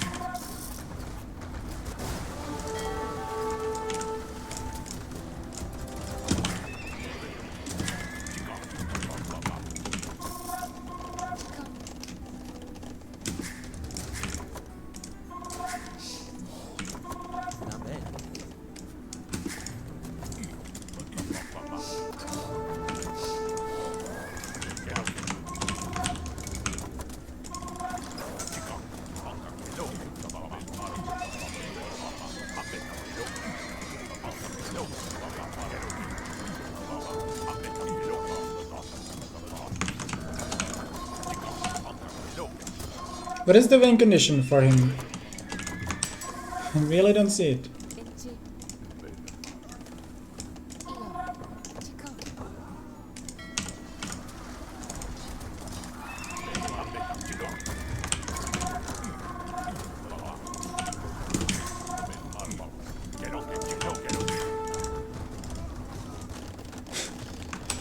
Dude!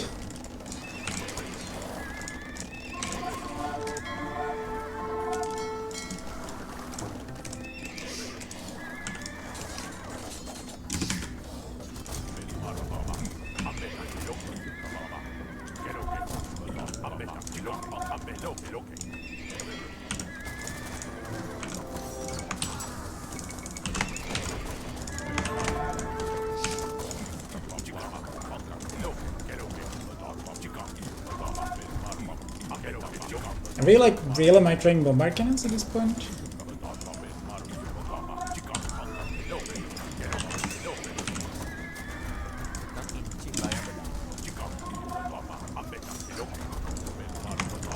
Seems that we are.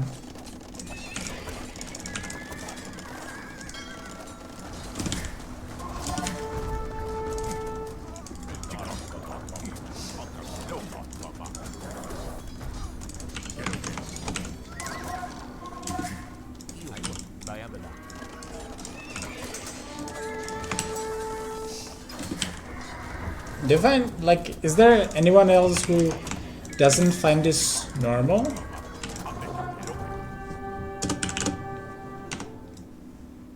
Like,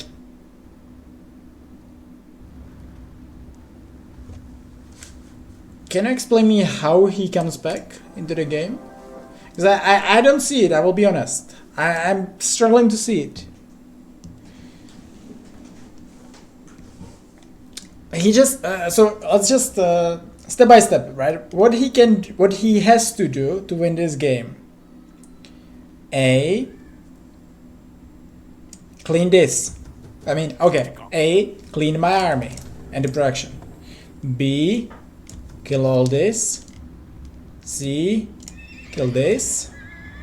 D, make docks. E, get some fish, get some water units on the field. F, win the water. G, hope that he has more resources than me in the end. G likely shouldn't. I don't know, like feels like it was over, and I'm not expert by any means, but how I viewed the game, it felt like I was a bit ahead. I didn't really see a way how to come back.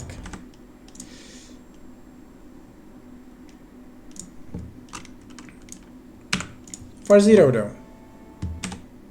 We had arena before, agreed. We had so far on the stream 2 Socotra, 1 arena and 1 islands.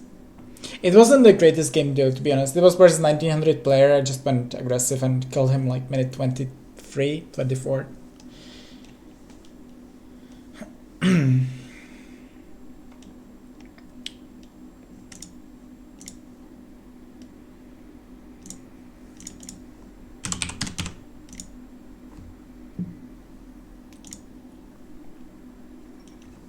Yeah, I'm like 7. Yeah, I'm 7-0 so far today.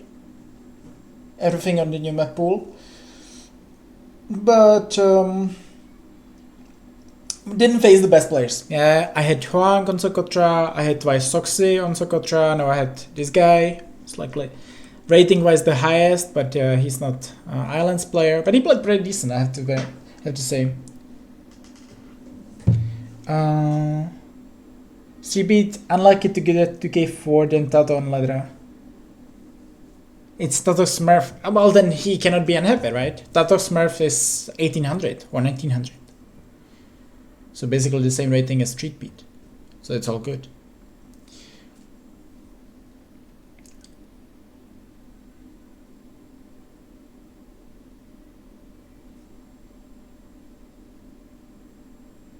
Exactly. He got lucky that he had twice arena. This first one versus someone who's like a bit too high level for him. But the second one, I don't know what rating is though, Smurf. But maybe it's just not that high.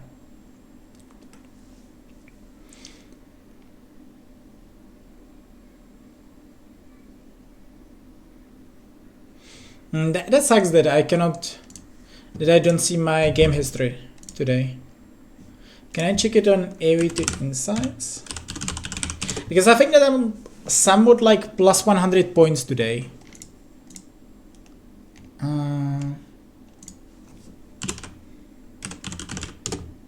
That is if I can find this.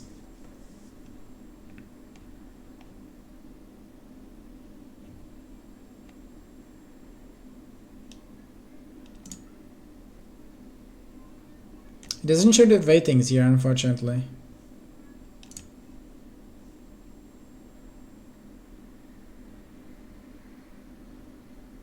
But it was Huang, then Vidi, Chart, twice Success Street P, then now this guy.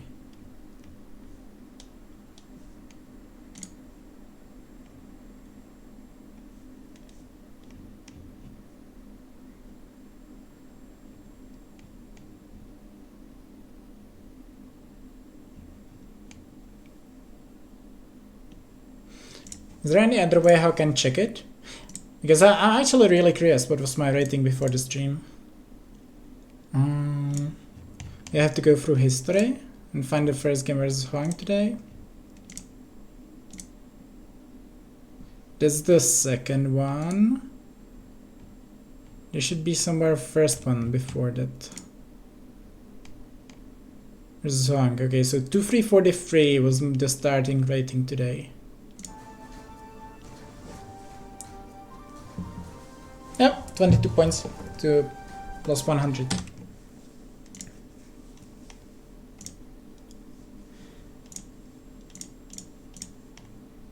Who's that?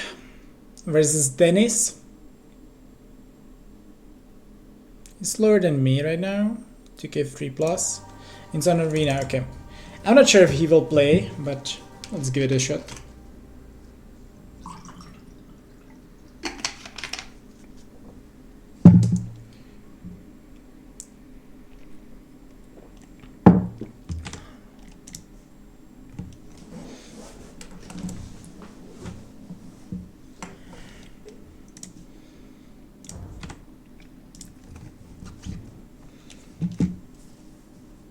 Let's just get like super fast to 2k6 and then we can get some fun players.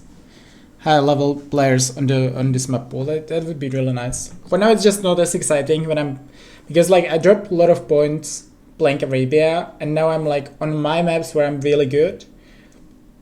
I'm playing versus players who are like matching my Arabia rating mostly. So it's not having the most fair games yet. But we are getting there. Ethiopians versus Vietnamese. Alright, it's kind of close matchup. I likely prefer Ethiopia a bit, but it's pretty close. I definitely prefer Ethiopia, I have to say. A, we have shuttles, and B, we have better siege. Both things are really important here. Actually, wish him good luck and fun.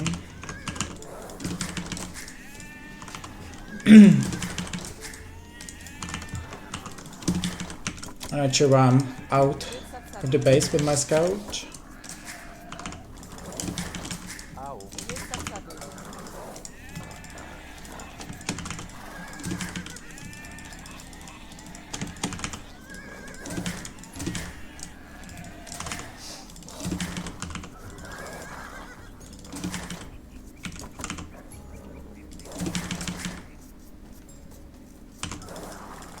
Preferring Ethiopia over Vietnamese?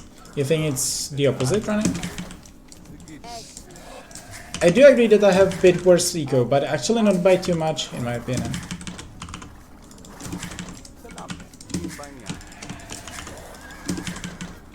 But then my units are better than his. I mean, yes, if he gets to like Ratans, Light Cav, and I don't have, let's say, SOs against it, I could be in trouble.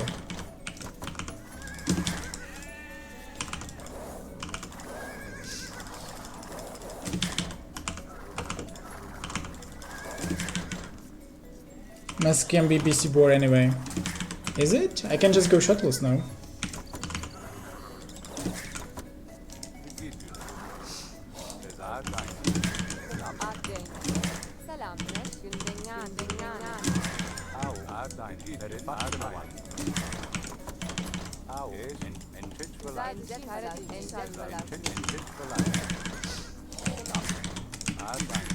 No, sloppy. Like 3 seconds of RLTC.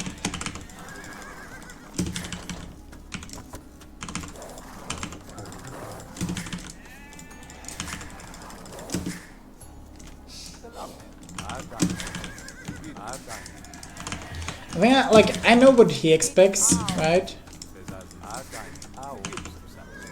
So I can work around that. Like, he's very likely opening Skims BBC, I agree with that. Because I'm very likely opening Arbalest plus BBC.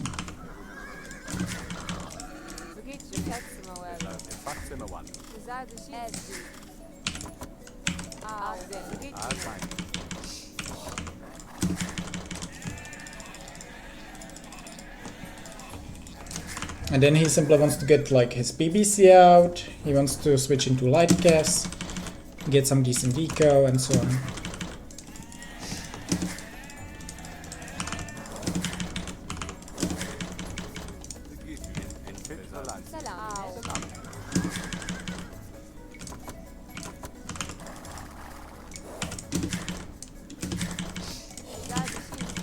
Not the best BO do by me.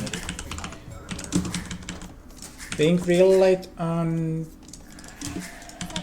berries is an issue actually. The question is, how do we want to play this? I can just straight up boom. Version engines is epic. It's indeed very good.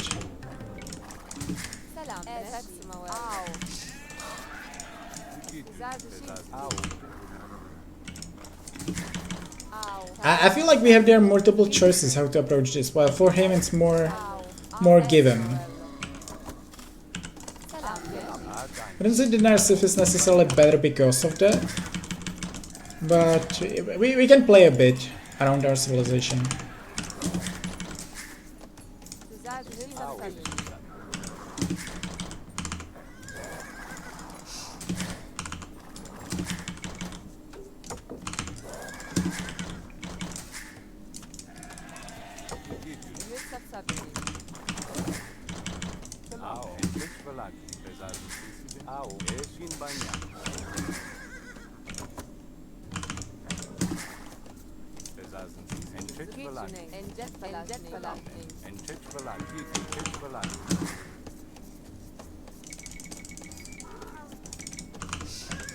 We can just go boom, I guess, instead of just like light kef fun.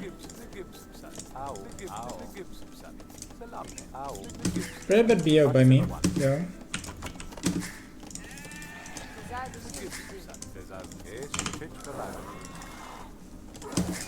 I guess like I can outplay him in if I go for light cast, but I think it's simply better for me to open straight up boom.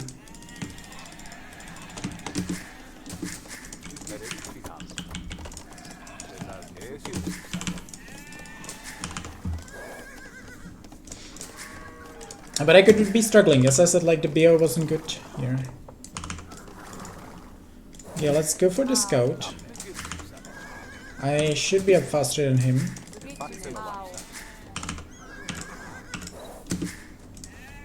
If that's the case, I can just go for some pikes and monks, I guess.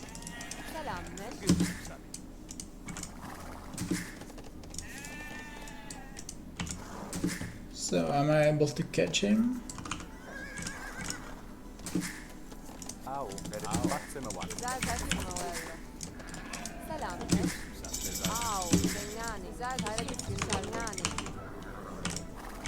Unfortunately not.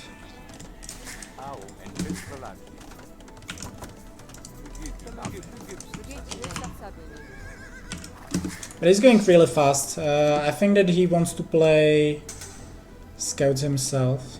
Yeah, the relics are fairly good for me though.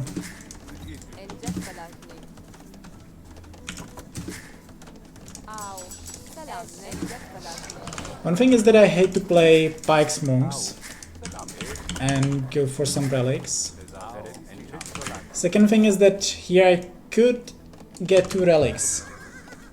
I'm playing some... Of course running. I'm playing versus Licks in the afternoon, but before that, after that, anytime.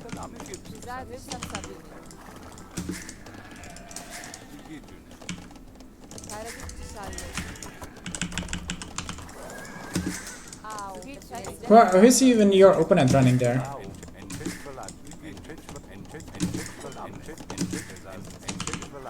Don't tell me it's overtaken again. Please, anyone else.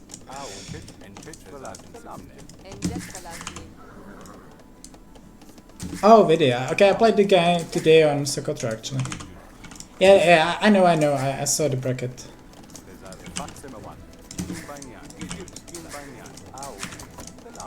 But he's fairly decent. I was surprised about his skill on Arabia.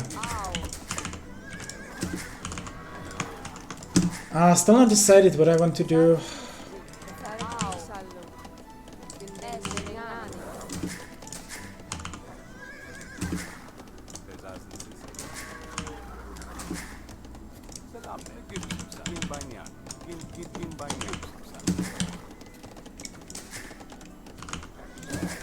Such a bad beer. I simply wasn't sure what I want to do here. Let's do 14 GMT. Yeah, 14 GMT I'm playing versus Lakes.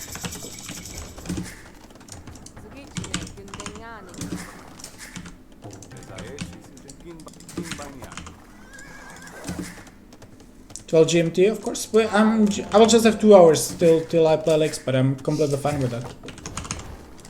Can do 12 GMT.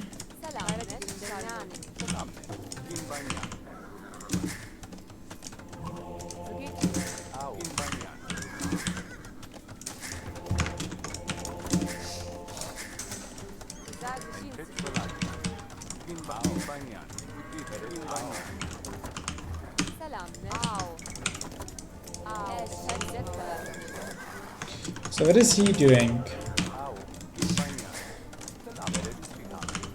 Still don't see a single scout.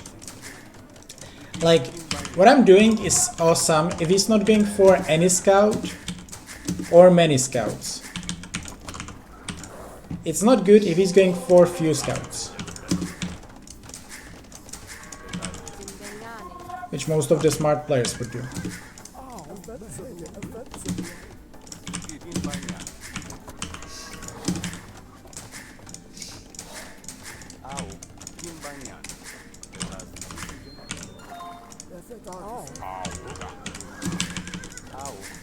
But like, this is one of the mistakes that unexperienced player would do.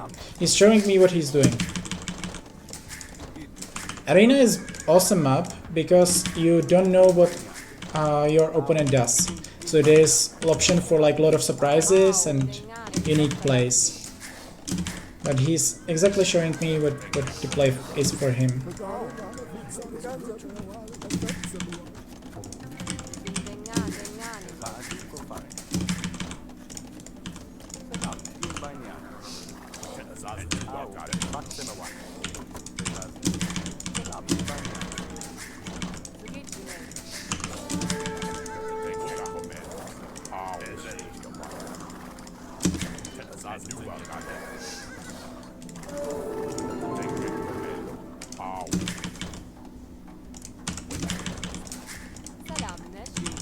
And if I killed his scout, it would be so good. I should have done a better job here.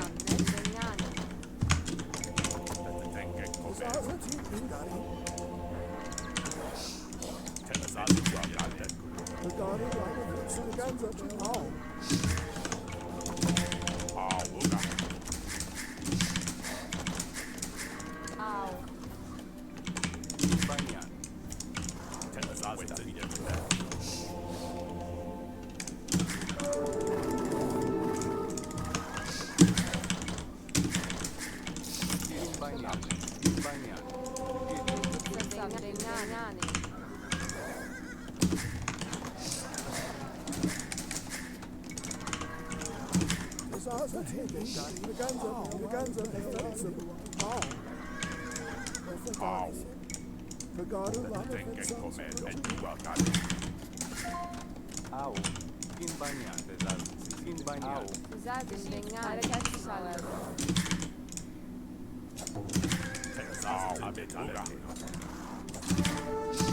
nice.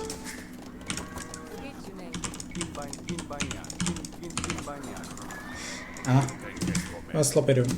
Shouldn't have lost the scout.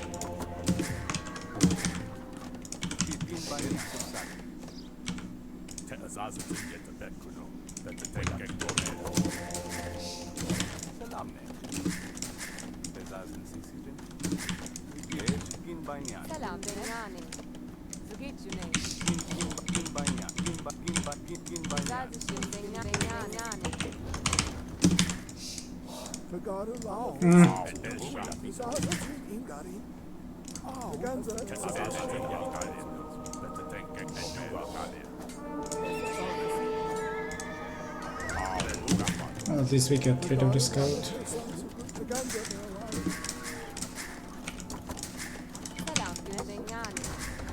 I'll still get 4 relics. I cannot complain about that. Right.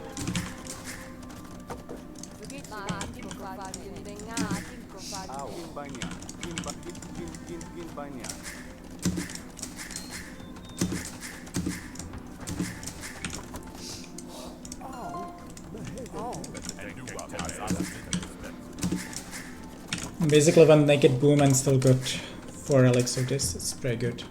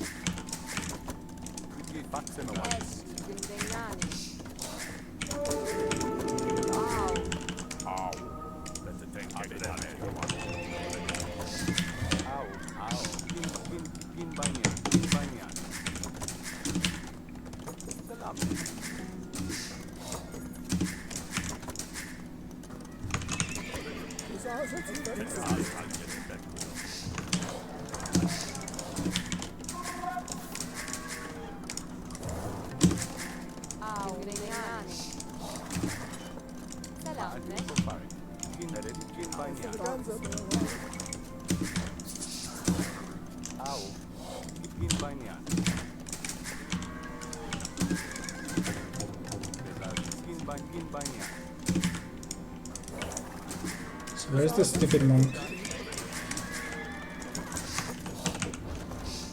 Why do you move back with the monk?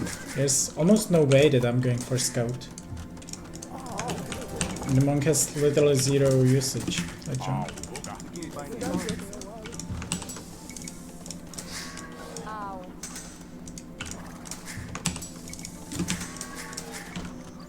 Yeah, I want to see. I want to show him that I'm going for ranges.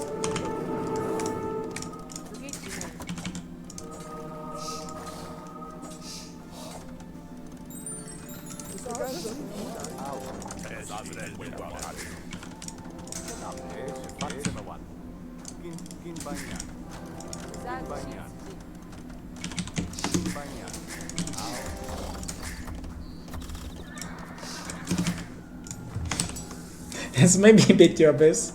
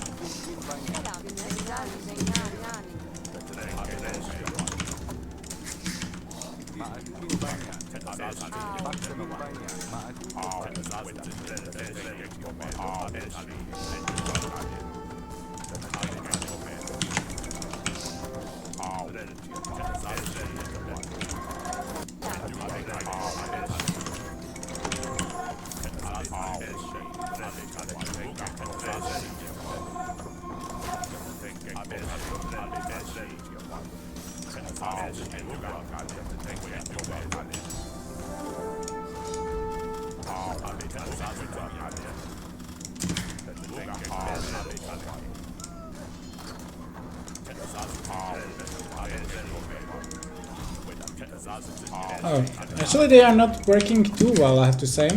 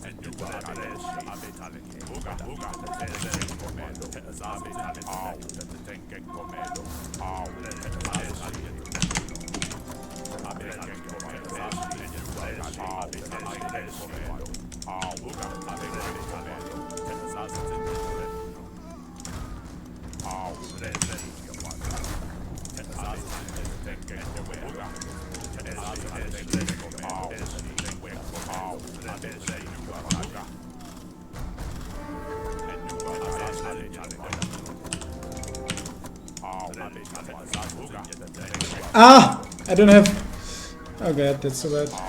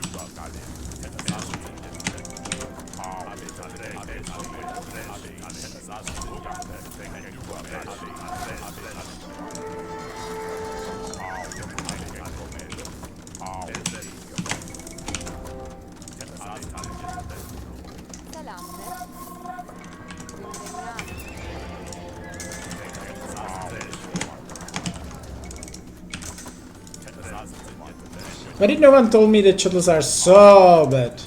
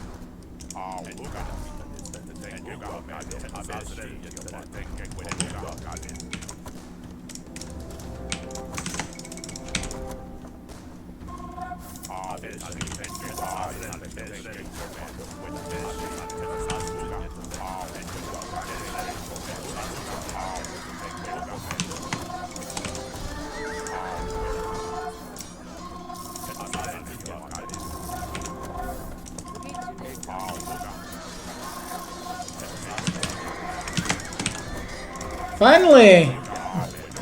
Okay.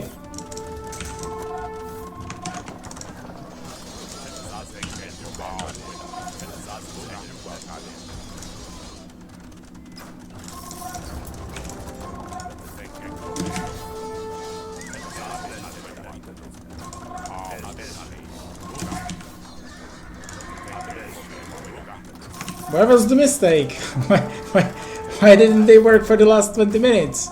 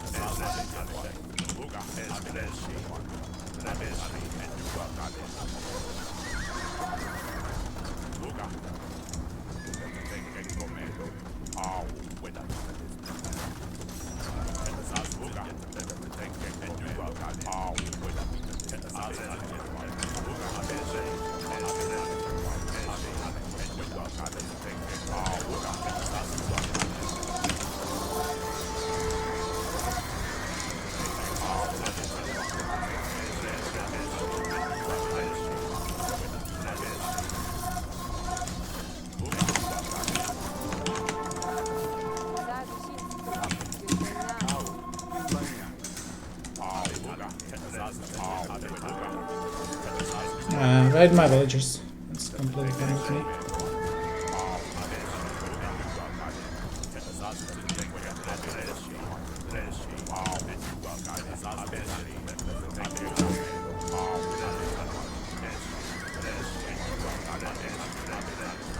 Hehe.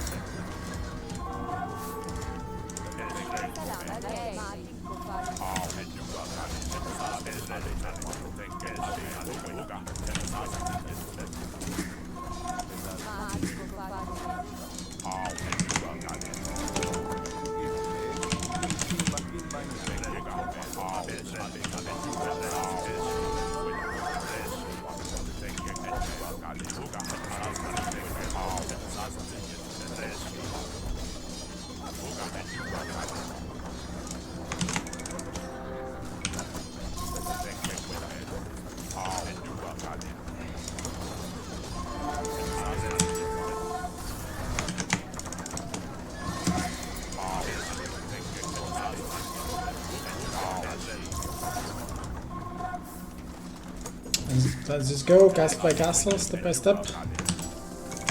Let me get there.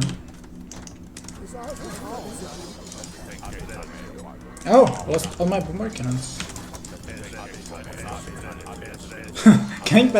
Going pedals is actually fairly legit versus shuttles. It works.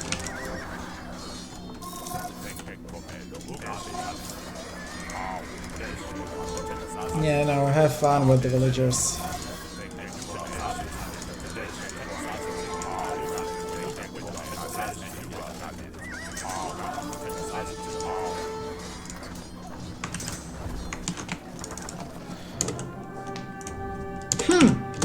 I'm not sure if it actually works, if I like outplayed him, or if it's a legit strategy.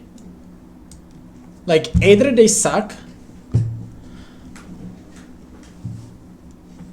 and he just took one real bad fight, and then it's like the unit sucks a lot, but then it's so easy to snowball with the unit because you just spam them so fast. So if opponent has takes a bad fight and loses his army, then he's dead because like you will just spam them forever. And so yeah, that could be one of the reasons. Or secondly, it's a legit strategy, and it's like kind of inevitable to happen that he will take a bad fight. I'm not sure what really is the correct answer. I don't know. Obviously, not having squires was bad. It's true that we started to take way better trades the moment we got squires, and our units actually became faster than his units. So squires was quite huge here, but yeah, was interesting for sure.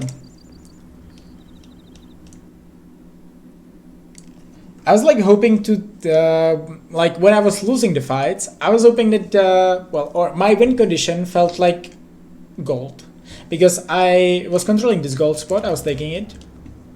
At that point, I took most of this gold spot, and I had 41 relics, right? So like the thing is that Radan's not really the most expensive unit gold wise. Sure, he has to do PBCs, but then he's mixing in light gas. He can make paper money. Like winning with gold didn't feel like the best option. I don't think that even now gold is the problem for him. I think he's kind of out of gold. Like he's not taking any gold, but I wouldn't be surprised if he has lots of gold in the bank, and that like switching to Arbalest and making 40-50 Arbalest wouldn't be an issue in my opinion for him. So it would take a while for him, I think, till he would run out of gold. So yeah. Maybe having only 20 Ratans versus 79 shuttles might have played a role. But he will always have like so many shuttles, and he will always have their BBCs.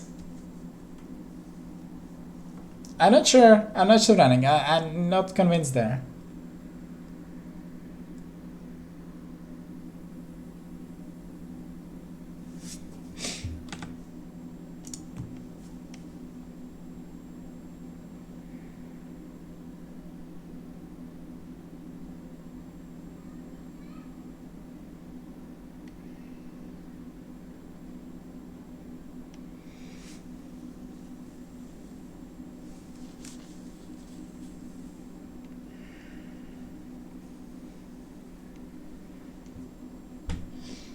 I mean, battle elephants, my shuttles aren't horrible versus battle elephants, first of all. And secondly, I would have halps, but I should have made a couple of Ruxes to be more ready with the switch. But then I already have all the infantry upgrades, and I already have pikemen, right? So the switch wouldn't take that long for me.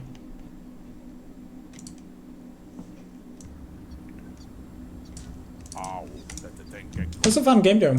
I mean, interesting composition.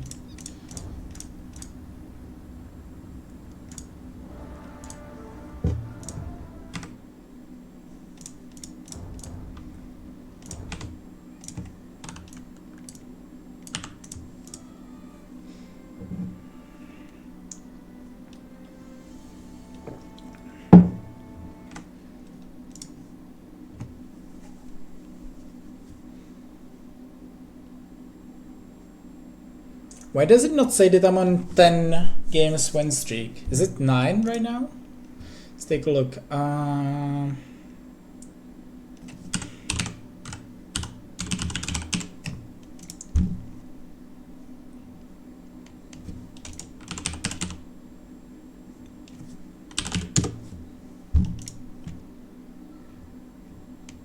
Matches. Just a second. Islands. I think we will get dodged anyways, right? Oh, we won't get dodged. We are versus Togo. 1, 2, 3, 4, 6.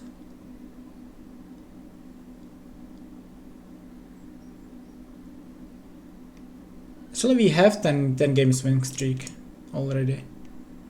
It's even 11 games already. Wait, we got dodged by Dogo? Why? Dogo is the Water King.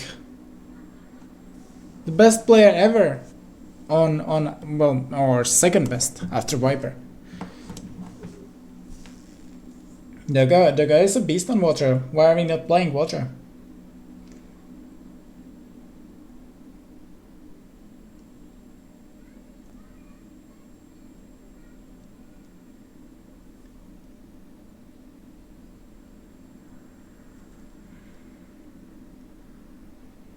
Need the 10 games for us to go. Yeah, actually it's plus 11 already right now.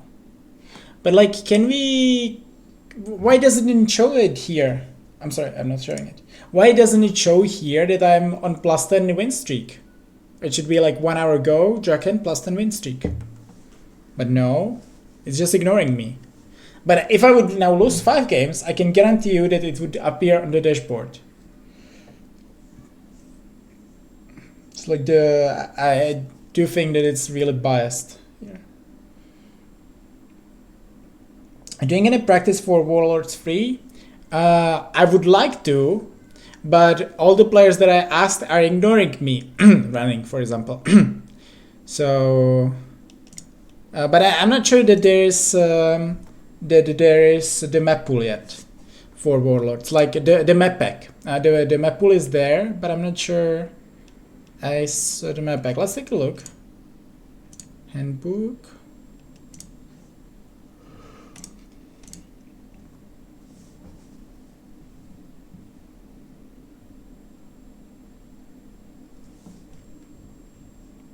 Yeah. I mean, given that we have like 12 days till the tournament starts, handbook would be nice. We can take a look if there's the map pool, if it's out, like the map pack official one. Basically, the map pool is known. But if it's out, I would really like to practice. But yeah, running, not responding. I'm not sure who I would also practice with for Warlords. Who can I practice with? Let's take a look. Maybe Cosmonaut. We already played some practice games. He's quite decent. Doesn't like. I'm not sure if he's active now. Maybe I can ask Overtaken, but he's like heavily Arabia focused. I don't think that Overtaken will give me that much in terms of strategy.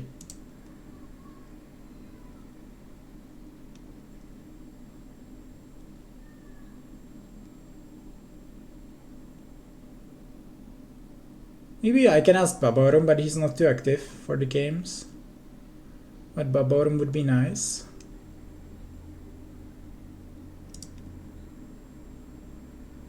Maybe Mihai. I might get some games versus Mihai. Yeah, no worries. Okay, we are versus Dogo on Islands. So like, why did he dodge me then before? Hindustan and Dravidians. That's a good matchup though.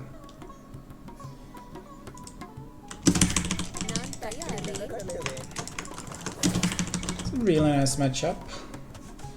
Question is, how do we approach this? I would be so ready to play their to play their land when I'm versus Dogo, right? So to land him, play their like archers, try to play mix of water and land. Basically what like Hope did last game versus me on the islands. But like maybe mix it even more than that. And the thing is that we have such a good matchup here, means that we likely shouldn't be doing that. I should be basically playing water. That's what the theory says. Obviously I don't want to play Gully War versus Dogo because his micro is simply on a completely different level than mine. So it doesn't make that much sense.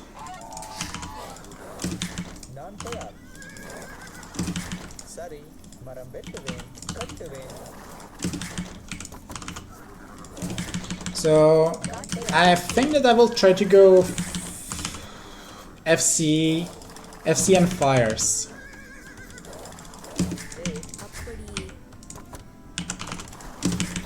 It's not a bad strategy, it's very safe, kind of.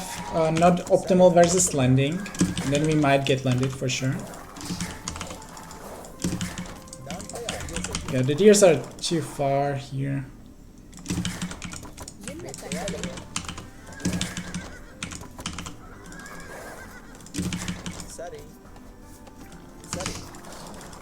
I like it more to play there towards the FC, really.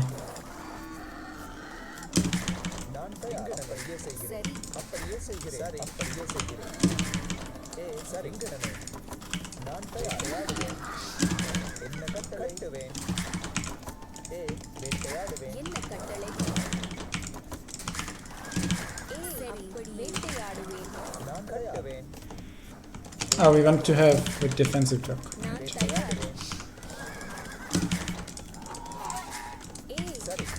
Or do we? I think it's really close if I want to play defensive or offensive Turk here. I can play like offensive Turk and, you know, 2 fires and then 60-minute FC. It's really close.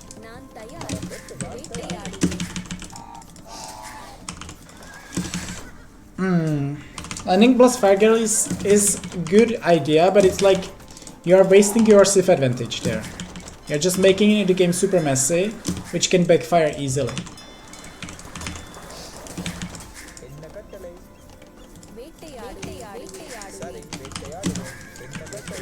If I would have like more reads on the go, let's say if it would be tournament, I would see 3-4 of games of his on water before that, shortly before, I could make the decision to, let's say,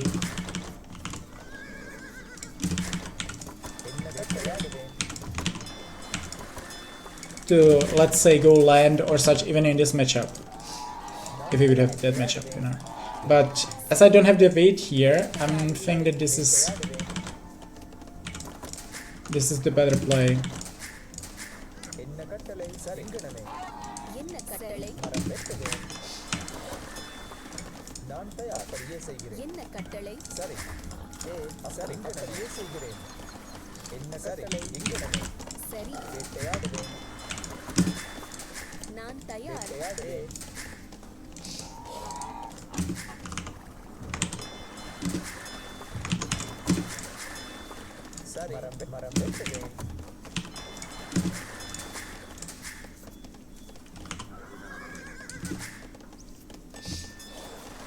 I don't think he's up yet. Or if he is, I missed his click to cast ledge.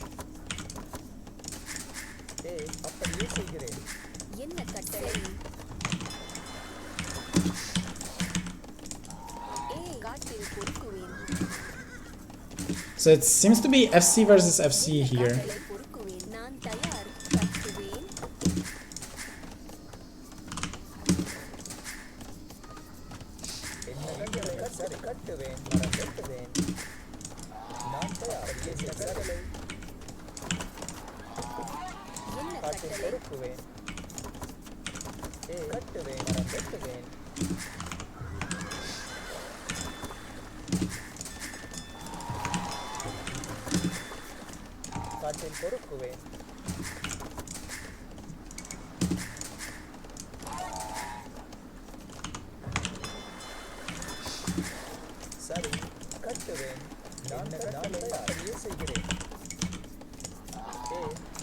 Going without, I'm not the biggest fan of going out without Loom, going up without Loom. I think that I didn't miss him going up to feudal, so I don't think that he's landing me, but I should have made Loom. Okay, I missed it. So now he could be landing me and killing 2 villagers there because I don't have Loom.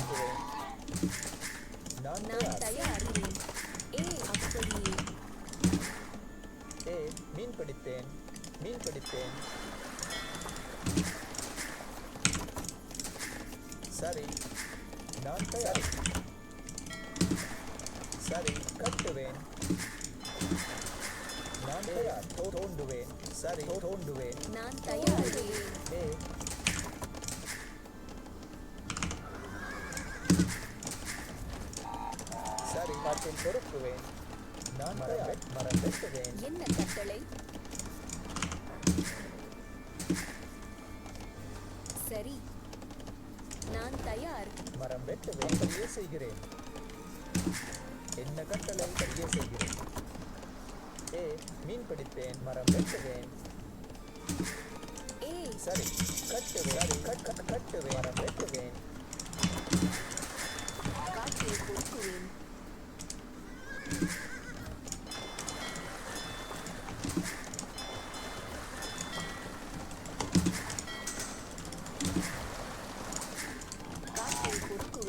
மரம் வெட்டுவேன் நான் தயார் காற்றில் பொறுக்குவேன்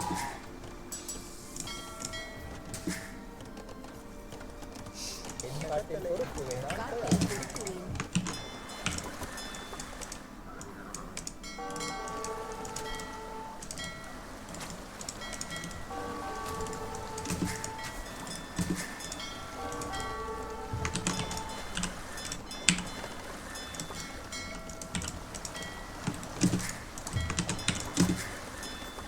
சரி இங்கனமே கட்டுவேன் பிடிப்பேன் நான் தயார் கணமே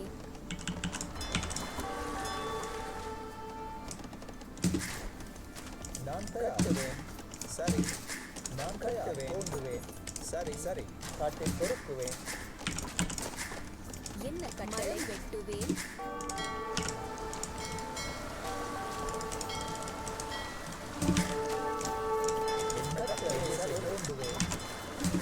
நான் தயார் சரி இங்கனமே கட்டுவேன் பிடிப்பேன்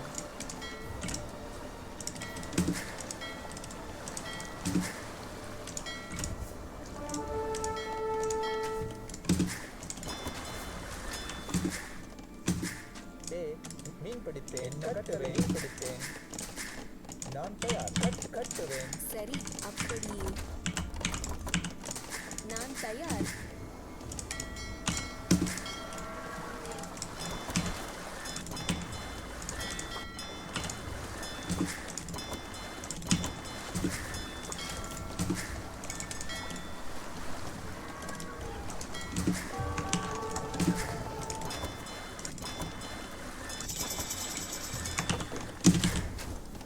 ஏ அப்படியே கட்டுவேன் சரி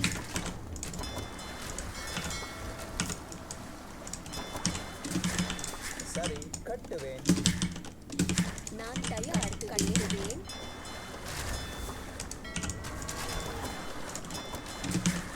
ஏ அப்படியே செய்கிறேன் கட்டுவேன் பிடிப்பேன்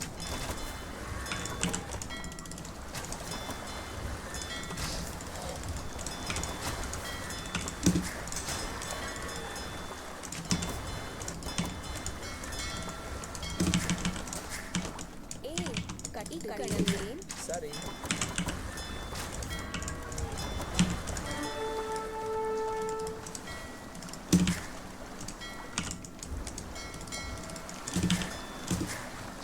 என்ன கட்டளை கட்டுவேன் பிடிப்பேன்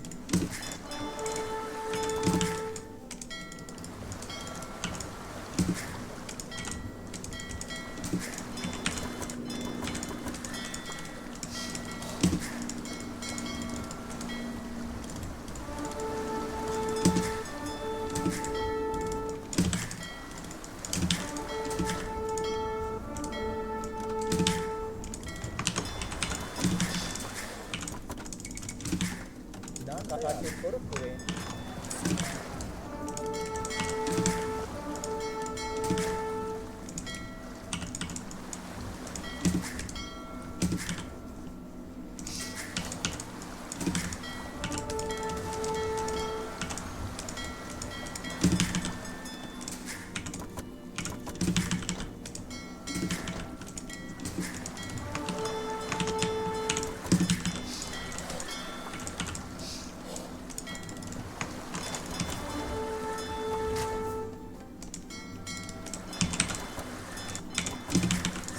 this is where they are.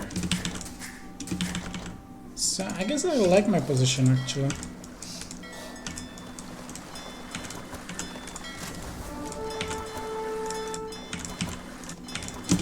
நான் தயார்.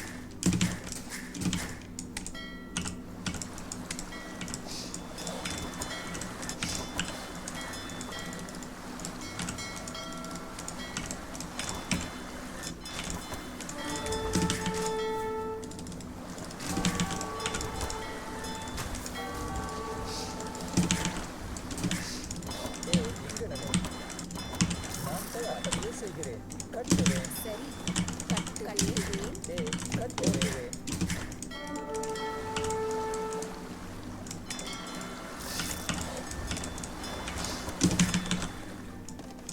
என்ன கட்டுவேன். கட்டுவேன்.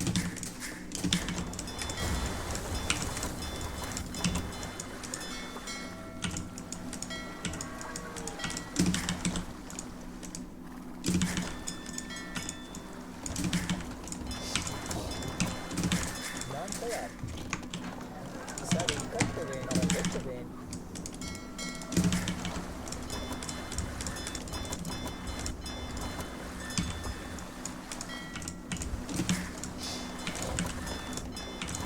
என்ன கட்டளை? கட்டுவேன்.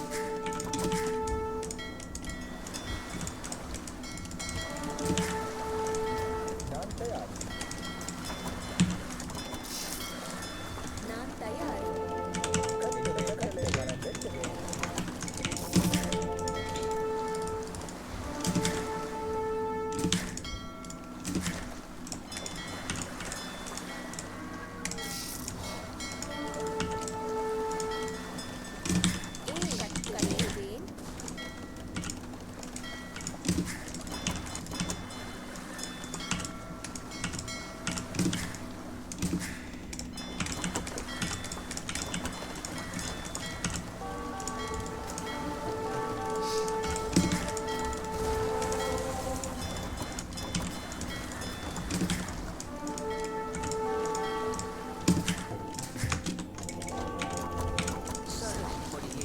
கட்டுவேன் கட்டுவேன் வெட்டுவேன்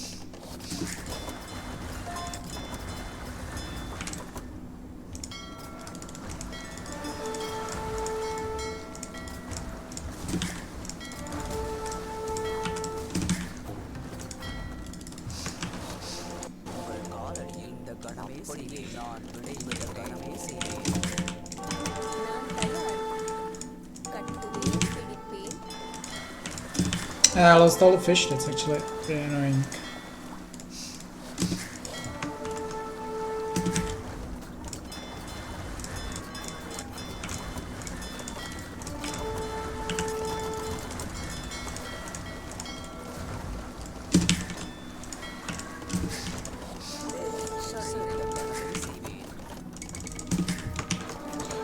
Should have gone for the 30C.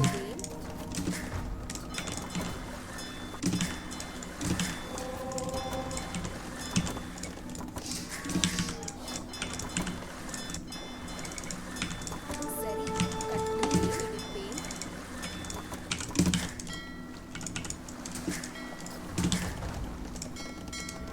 நான் விடைபெறுகிறேன். உங்கள் காலடியில் நான் விடைபெறுகிறேன். கட்டளைப்படியே நான் விடைபெறுகிறேன். ஆண்டவன் நான் விடைபெறுகிறேன். சரி இந்த படியே செய்வேன். நான் விடைபெறுகிறேன். கட்டளை கணமே நான் விடைபெறுகிறேன். காலடி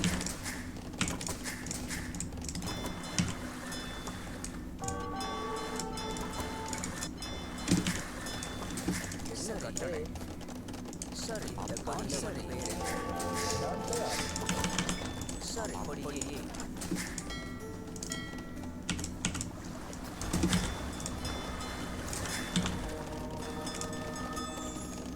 என்ன கட்டளை?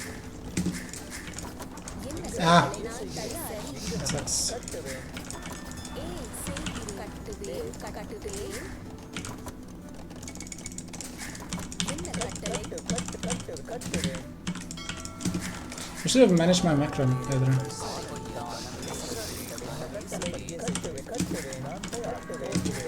சரி கட்டுவேன். உங்கள் காலை விடைபெறுகிறேன்.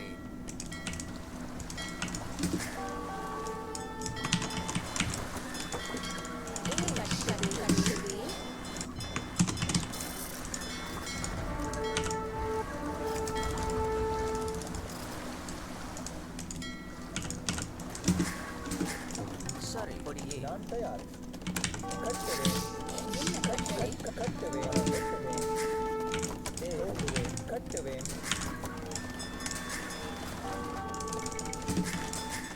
ஏய் கட்டுவேன் மரம் வெட்டுவேன் மரம் வெட்டுவேன்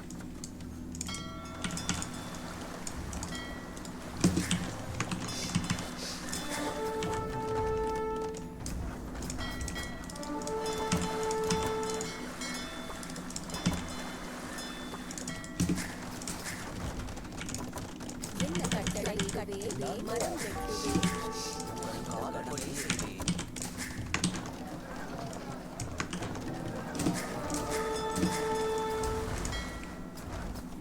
சரி அப்படியே செய்கிறேன் கொடுத்தேன்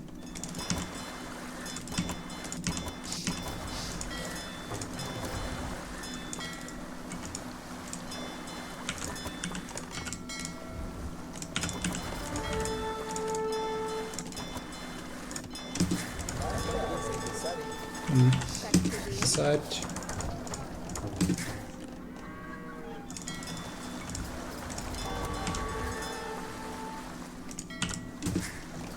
என்ன கட்டளை நான் தயாரேன்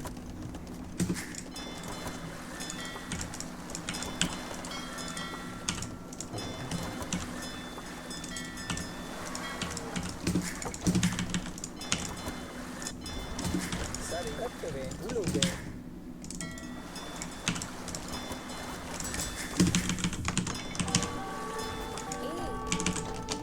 கட்டுவேன் நான் தயாரிக்கிறேன் நான் தயார் மரம் வெட்டுவேன்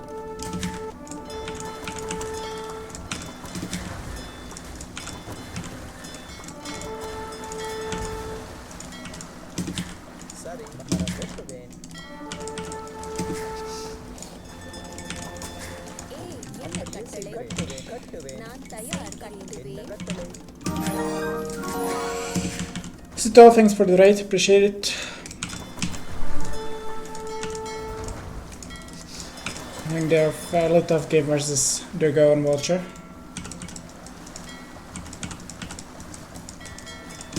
Fairly tough means that I'm losing it badly.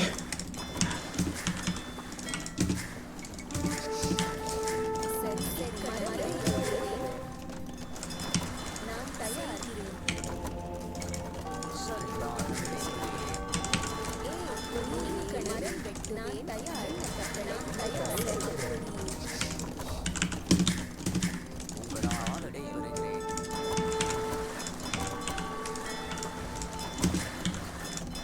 நான் தயார் நான் தயார்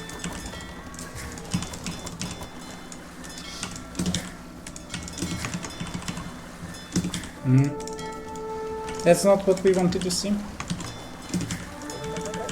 கட்டுவேன்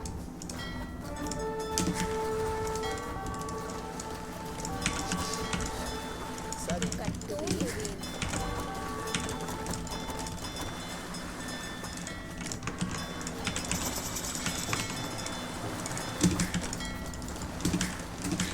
மரம் வெட்டுவேன் சரி கடலை கட்டுவேன்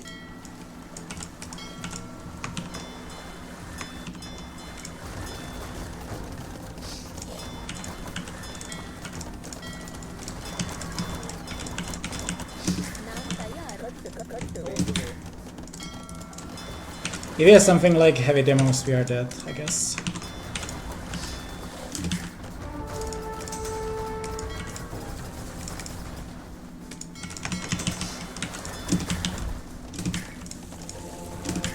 நான் தயார் கட்டுவேன்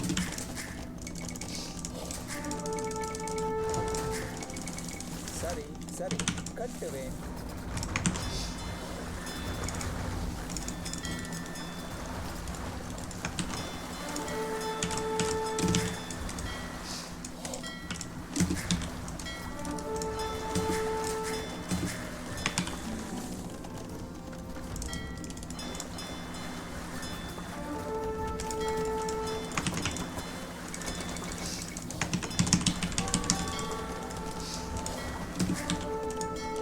God, how can he be everywhere? Jesus.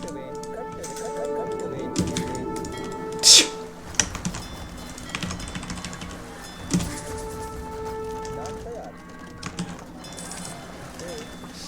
Ah, he's playing so good.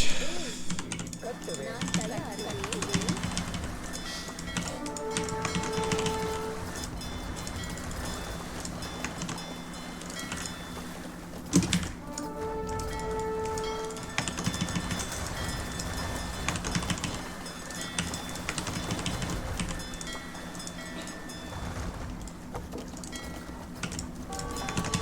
நான் அப்படியே செய்கிறேன்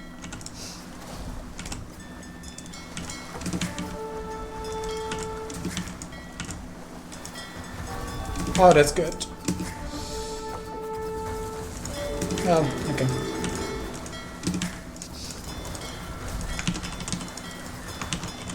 சரி என்ன கட்டளை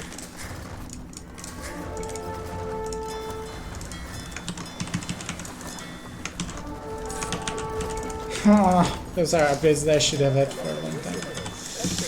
It's kind of explaining why I had to slower him down. சரி அப்படியே செய்கிறேன் Okay.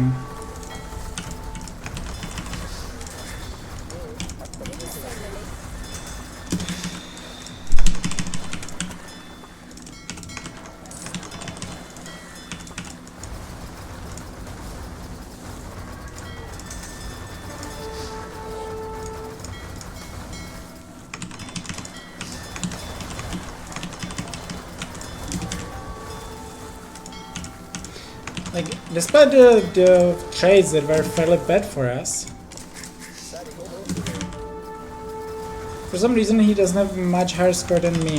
I don't know what's the reason for that.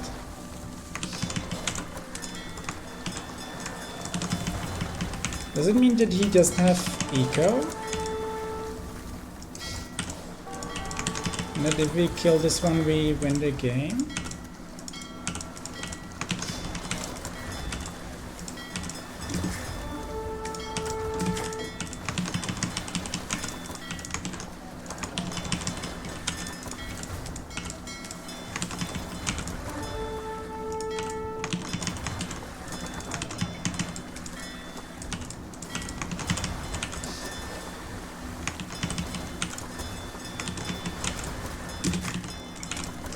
அப்படியே செய்கிறேன்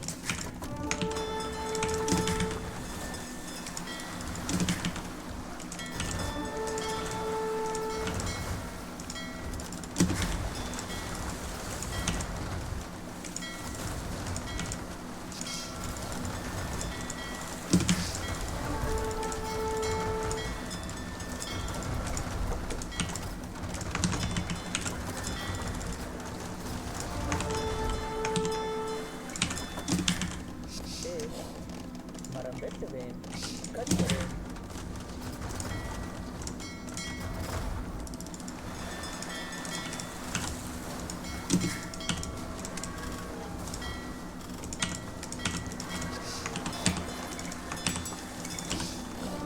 சரி கட்டுவேன் நான் தயார் கட்டுவேன்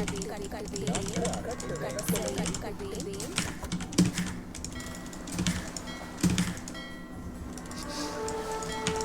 We gotta land him though. It's very clear. நான் தயார் சரி அப்படியே செய்கிறேன்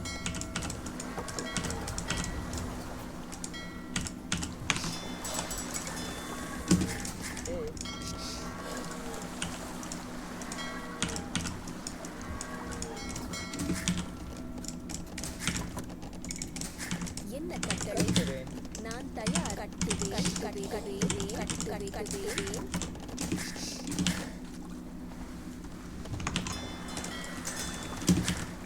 நான் மரத்தை வெட்டுவேன்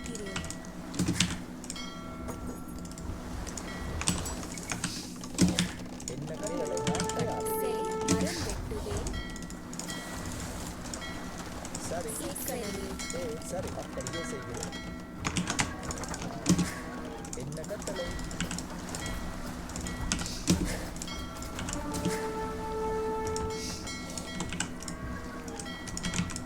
கட்டுவேன் சரி கட்டுவேன்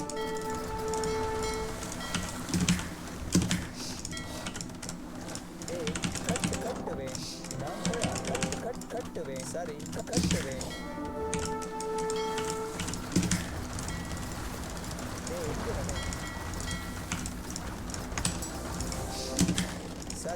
செய்கிறேன்.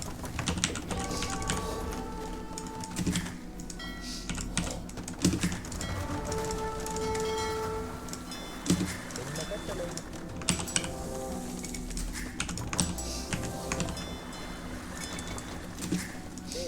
இங்கனவே கட்டுவேன். நான் தயார். கட்டுவேன்.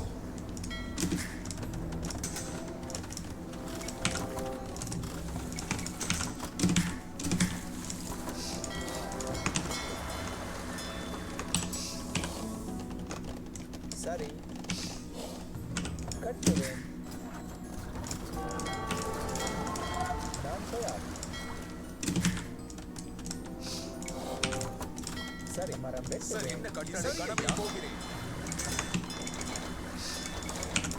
சரி அப்படியே செய்கிறேன். நான் தயார். அப்படியே மரம் வெட்டுவேன். என்ன கட்டளை?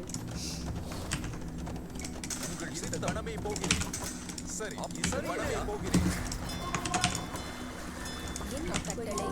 கட்டுவேன். நான் தயார். கட்டுவேன். அப்படியே செய்வேன். சரி கட்டுவேன். நான் கட்டுவேன். என்ன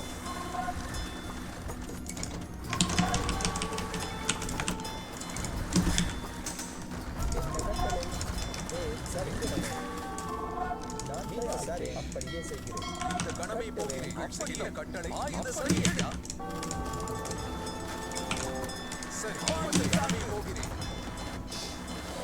Awesome. செப்பதே சரி கட்டுவேன். நான் தயார். கட்டுவேன். கட்டுவேன். கட்டுவேன். கட்டுவேன்.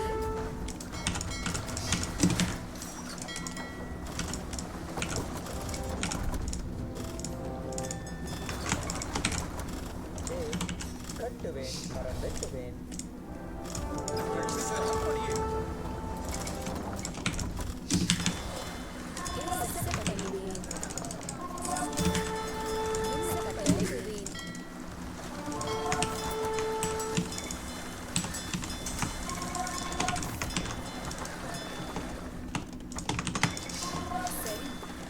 சரி தோல் கட்டுவேன். செப்பனிடுவேன்.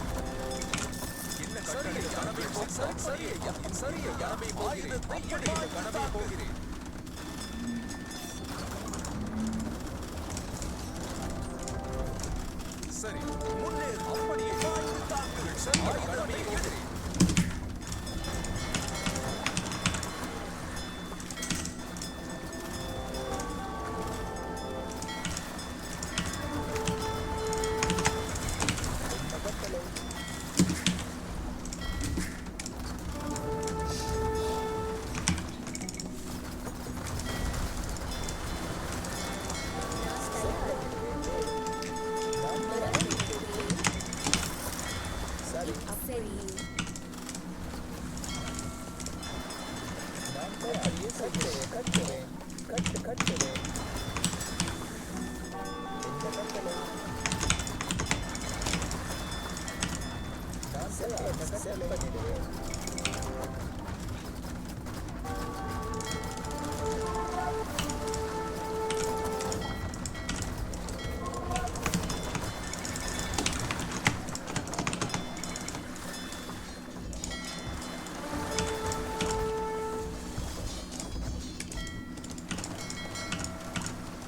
It is fun. We force him to focus on land a bit.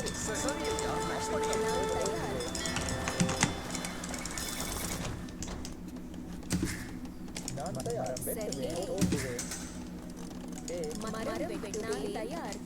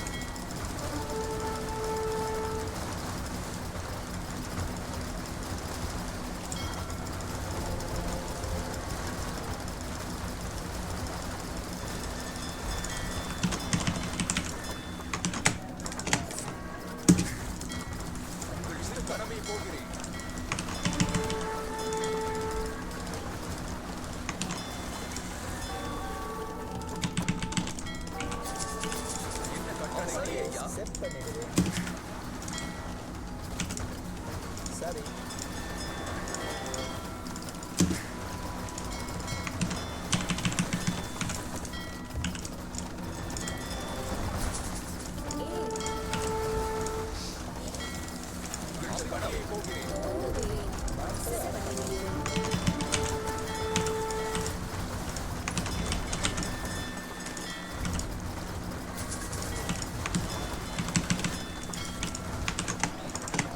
சரி. என்ன கட்டளை? மரம் வெட்டுவேன்.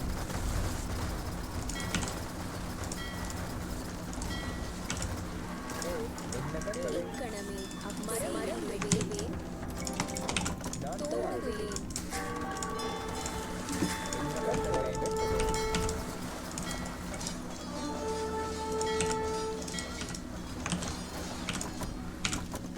நான் தயார். மரம் வெட்டுவேன்.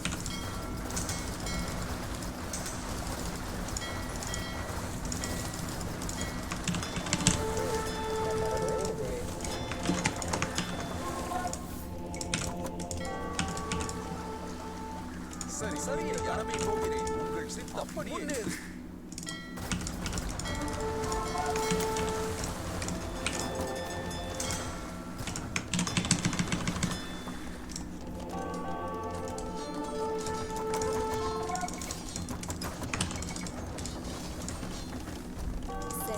மரம் வெட்டுவேன். என்ன கட்டளை ஆயுதத்தை எடு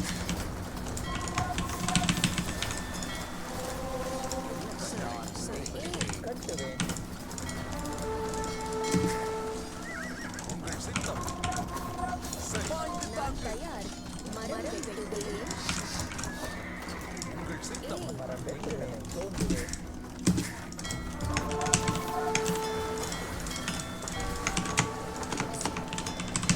சரி, அப்படியே செய்கிறேன்.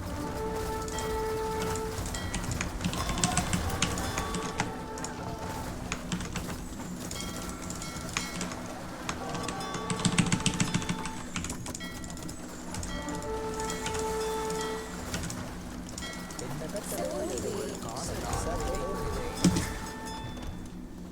சரி உங்கள் முன்னேறு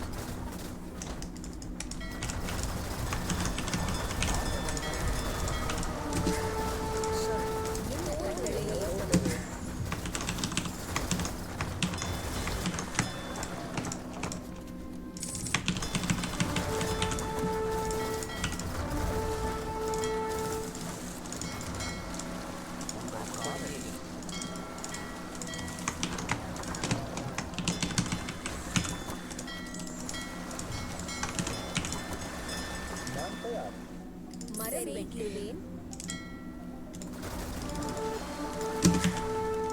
சரி ஆயுதத்தை எடு என்ன கட்டளை போகிறேன்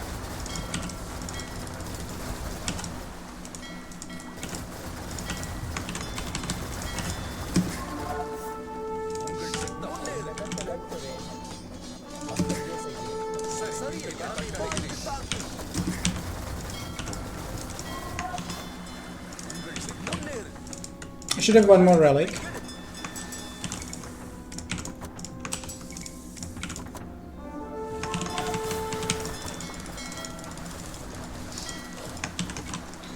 So yeah, I think that I'm in good spot here. அப்படியே செய்கிறேன்.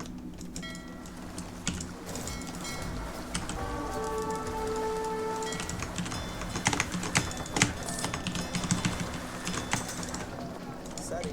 சரி. உங்கள் அப்படியே தாக்கு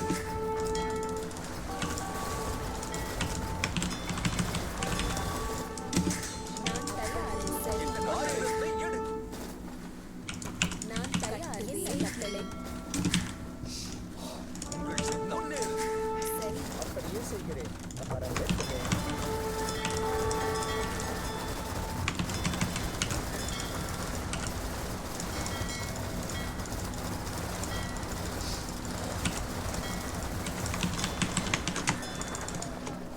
என்ன கட்டளை? விடுவேன். நான் தயார். மரம் வெட்டுவேன். சரி. மரம் வெட்டுவேன்.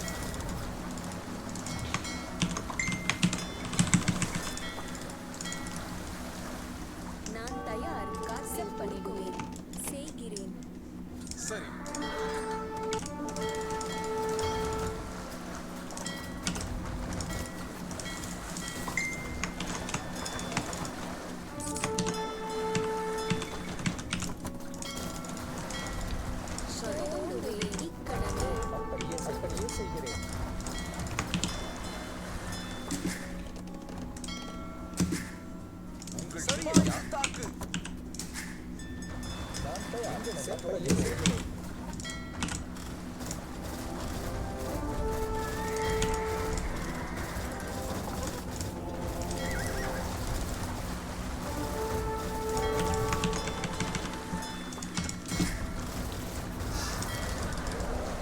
Do you think that we have it?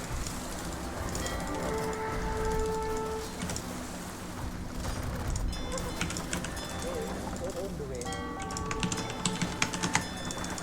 சரி தோன்றுவேன். என்ன கட்டளை மரம் வெட்டுவேன்.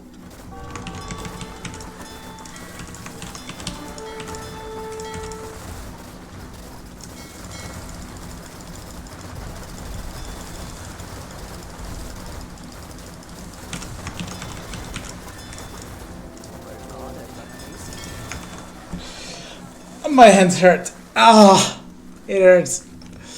என்ன But கட்டளை I think it's worth it. இக்கணமே தோன்றுவேன்.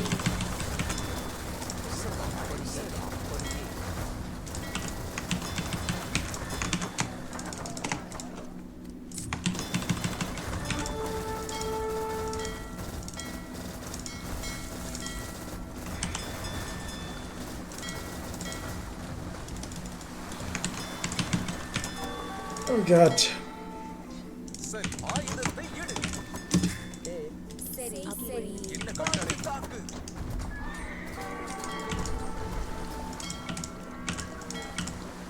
நான் தயார் இக்கணமே செய்கிறேன்.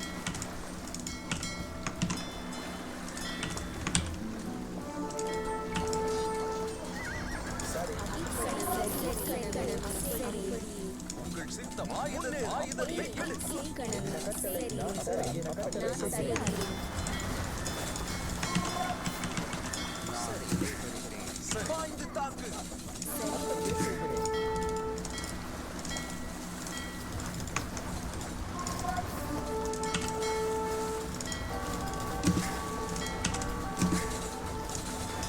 சரி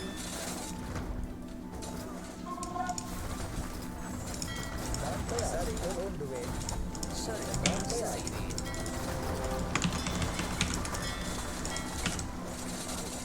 என்ன கட்டளை சரி நீ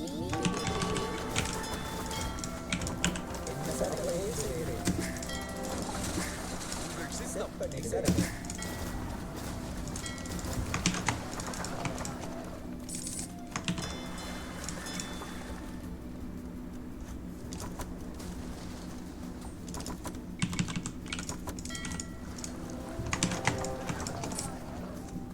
உங்கள் ஆற்றலை பெறுகிறேன். நான் தயார். சரி ஆயுதத்தை எடு என்ன கட்டளை இக்கணமே உங்கள் சித்தம் சரி சரி தோன்றுவேன் நான் தயார். கட்டளையை ஆயுதத்தை எடு இங்கு சரியே செய்கிறேன் ஆண்டவன் சரி ஆயுதத்தை எடு பாய்ந்து தாக்கு நான் தோன்றுவேன் மரம் There's a tree. என்ன கட்டளை மரம் வெட்டுவேன் சரி செய் விடுவேன். இங்கிடமே ஆற்றலை சரி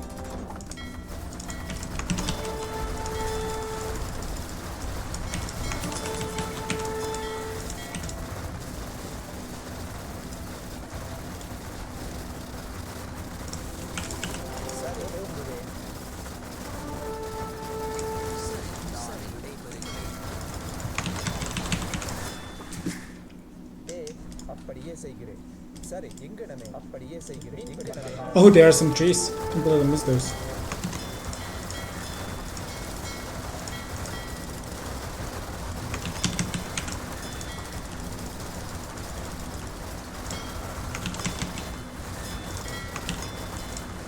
என்ன கட்டளை முன்னேறு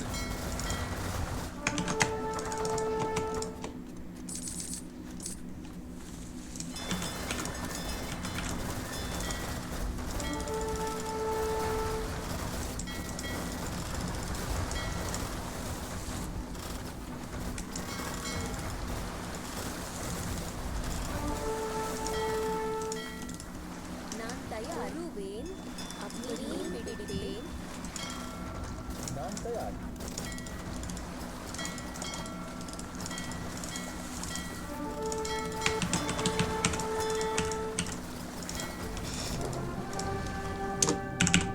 GG. I think if it's 3 versus 2 relics. And obviously it's if when like something. Oh.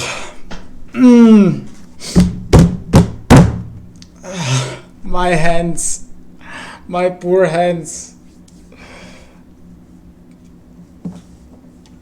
I know. That wood was there for me. I would take it, man. No worries. Oh, and there's also some wood. But he also has 1 tree. He has 1 tree, but I do have actually a bit of wood here. And I do have this. And then, well, I still have like gold. I have this, right? My army is stronger than his. So he would lose it in the end. Big Sif man? What do you mean? I played random. But yeah, thanks for the positive comment. It's obviously a Sif win. Like I said it in the start. Like for Water Map, this is Sif win. And this is the reason why I won it, right? Duka was a better player than on islands than I am.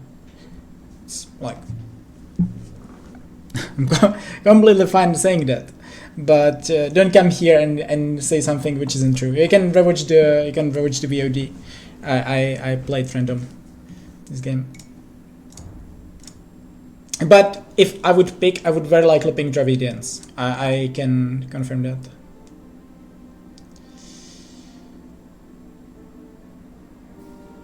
Get more wood, interesting.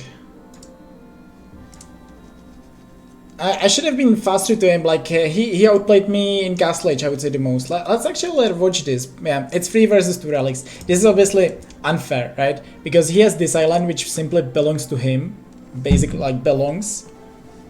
And this island which belongs to me, right? I will almost always land my island. He will almost always land his island. Simple as that. And then my island had the relic. And then having the relic in this situation is quite huge. Let's take a look like actually what Hindustanis have on water. Because I think that there are some things that that I have above him. So he has this, he has a Grand Trunk Road, which isn't too bad. Right? I mean, you would say it's nothing, but like in those scenarios, like every resources that we are getting matters. If it's wood or gold, that is. Basically, food doesn't matter. So yeah, that's it. Well, food slightly matters because you can sell it. And then let's take a look at the dog, because I honestly didn't know how good his dog is. And it's really bad. Look at this. Oh yeah. Oh, his dog is horrible. So he doesn't have fast fire. He doesn't have heavy demo. He doesn't have Dromon. Well, we know that much. He has elite cannon galleon, and he doesn't have dry dock, which I obviously had. It's pretty good tech. It makes my units move faster, and obviously shipwright is insanely huge. Ships costing minus 20% on wood is incredibly huge. Also, like the faster production speed is huge. Yeah, it's like, wow, I didn't know that his dog is that bad, I have to say. It's really bad. So not even fast fires, not even heavy demo, and not even dry dock or shipwright. Like shipwright is he still has galleons, just to be clear. Like he still has galleons, which is huge. Or this is galleons with bracer, that is. Yeah, so galleons with bracer is huge.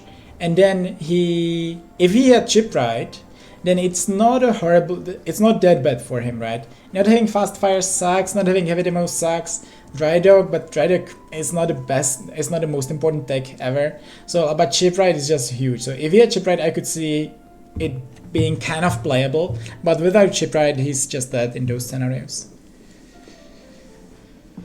And let's take a look. If he has, does he have a market?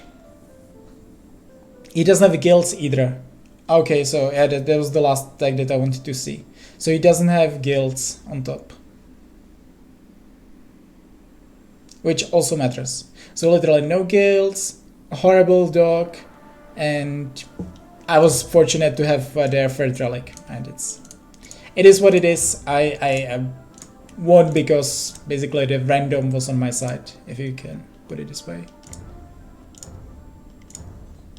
But I want to see there one thing, like I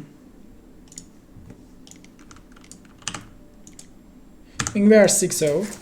I'm not going to play more, just to be clear. If you are waiting for more games, I'm not going to do it. I'm going to make dinner, actually. But I want to rewatch this game, because there were some things that I didn't really understand.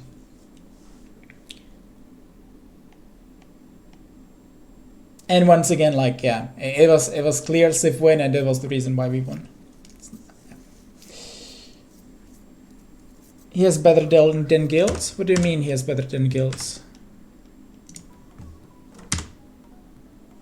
Yeah, but I don't think it's better than guilds. What do you mean by that? It doesn't affect the market, or does it? Ah, trading fee reduced to 10%. Ah, I didn't know that one. Wow. Trading fee reduced to 10%. 10%. Wow. Okay. Then it's actually, like, it's still bad. Yeah, just to be clear. But if Hindustanis had shipwright, then it's fairly playable. Then it's like fairly playable save on water. In the scenarios, it would be really good save actually, if they had shipwright. They don't. Okay, so let's go fast through this. Generally speaking, I don't really like the FC play. I think that there are ways how to play against it that you will have the advantage, which is basically what Dogo did in this game. But then I didn't want to play like the feudal battle versus Dogo, because like we would get out microed. It's simple. Dogo is the water king. He's one of the best water players in the world, especially when it's like galleys. I think that he's in Thalassocracy, very likely, and I can easily see Dogo in the finals there of this tournament, or like semi-finals. Yeah, he's absolutely a water beast, and I have a lot of respect for him on like water. So I could have played like fast feudal, 2-3 fires, or 4 fires, whatever, 5 fires, and then with the forward dogs, obviously, and then use the market and go like 16 minutes after Castle Age. Now that I'm out, he might win it. Oh, when I actually checked the set that you played versus King Bu, I saw the recorded games today. It was a pretty fun set. And I like the Nomad was actually really fun. Like King Bu didn't play any cheese or anything. It was just like, obviously we're fortunate with the map generation, but it was really interesting, and I enjoyed that game a lot. Was it so high level? It was fun, for sure. Yeah, there I think he could have done, well, I don't think he could have denied, but maybe he would force a villager. He would kill a villager. Having the forward berries, sacks in this scenario, you could justify playing it differently, because like he can stay on my berries, which is very annoying.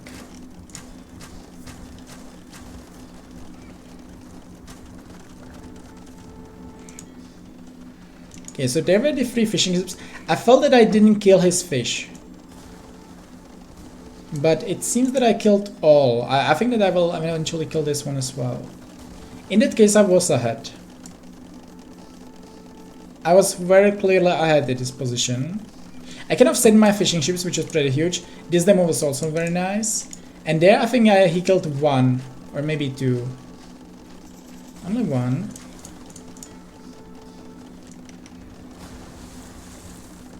Okay, so I would say clearly for me right now, he's just now having the second TC. Resources already ahead for me. 10 more villagers. Yeah, I mean, I think that I'm in a great spot right now.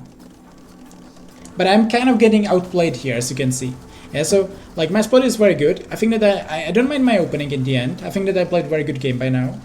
But even we are like not trading horribly, right? Since it is pretty good trading for me. But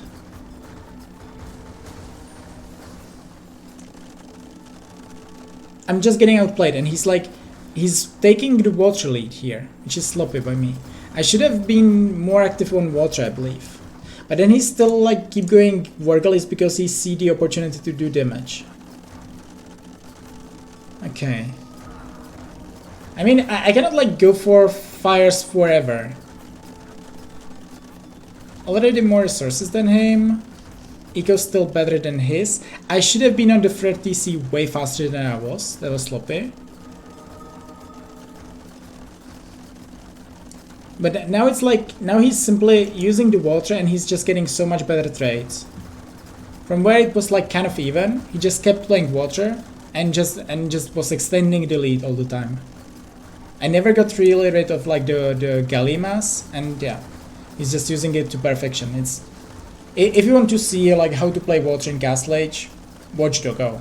Seriously, it's just perfect. Like the way how he's using his ships in this game in Castle Age is insane. You did backdog only for micro reasons. Micro reasons. I did backdog because I was going FC. And if you are FC, you obviously want to have defensive fish. So opponent has to go around your island.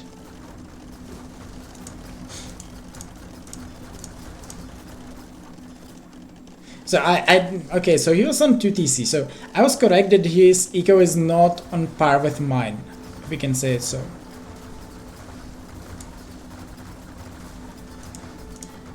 Like, I'm not trading horribly here with the fast fires versus his galleons. Doesn't have that huge mass. And I'm getting ship right now, I'm getting greening. Like, now the spam should happen. Like, I'm not the best at using the resources in this game. Yeah, like, they're, and also my dogs are too spread out. Like, I have some dogs here, I have some dogs here. Takes ages till they will arrive here. So at that point I felt like it's kind of over. Or it felt like that in during the Castle Age, but yeah. I think that I did like kind of decent job at not dying in Castle Age. Like, I mean dying. That I kind of like had still decent resource income. That despite like that he was annoying me with the ships, I was doing decent job at like not taking as much damage here. And then he stopped microing for a while. He stopped microing for a while, and suddenly I was able to get a good trades with my fast fires. I think that this was like first major mistake of his that at this point. And suddenly like he was forced to go this way because he was losing the ground here, and suddenly he's losing all the galleon mass, and it was literally at that point the game turned. And maybe he should have gone for a couple of demos, because demos, even when they are not heavy demos, are not horrible in this situation.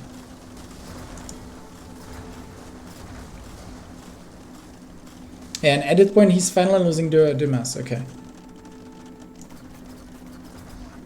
Like at that point he should be dead.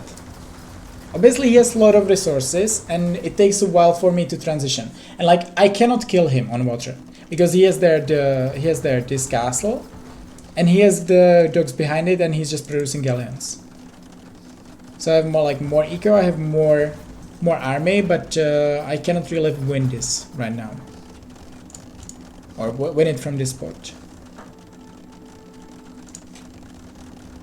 It was a bit unfortunate that I should have landed from the other side, honestly. Look at this. Like, if I landed here, I can make a castle here. I can make two siege workshops, just bombard cannons, and like play it from there beautifully. But I landed here, and then he's just making defensive castle, right? I don't even have a spot to make my siege workshops. And as he wasn't selling his food, he still has a lot of food that he's using now for the light cast, so he didn't really mind the landing and the skirmishes. In the end, I don't think that this was efficient at all.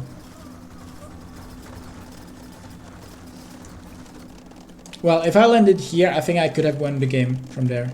Especially because I would be blocking this wood spot and soon this wood spot. Should be so huge.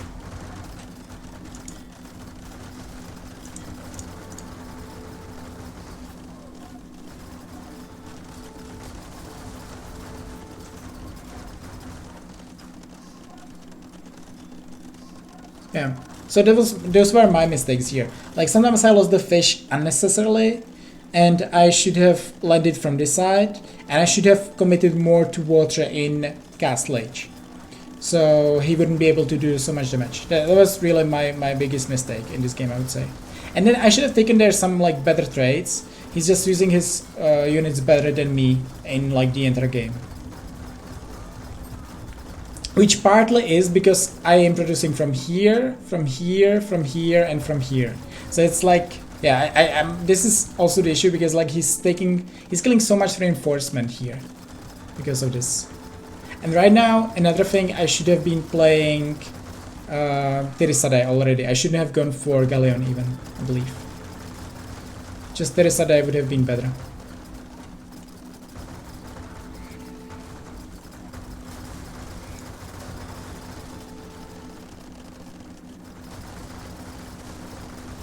But in the end, looks like his island had a slightly more wood, apparently, since he was taking a bit more than me.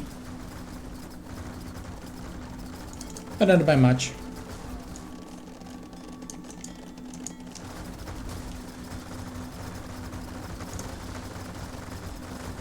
He's just playing it like so well, seriously. I know the game a lot, and I know the game really well, and it's just like watching Dogo here is just a pleasure. He's playing it so well, just like way better than me. But at this point, it's not like difficult game for me. I simply have the better save, and it's not really too worrying right now. But like watching Dogo here, how he plays it is really like something, piece of art.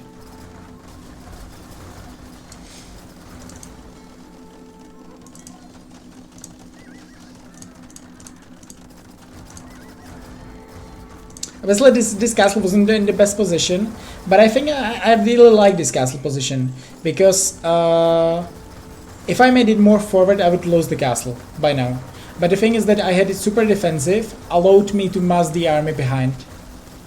Otherwise, if it would be like here, he would kill it way faster. So that was pretty huge. And now like the population actually doesn't really matter right now. I have like 40 population less, but first of all the villagers are kind of useless at this point. Or big part of them, right? They'll just finish the wood soon and then that's it. And secondly, my Tirisadai are just way better units than his.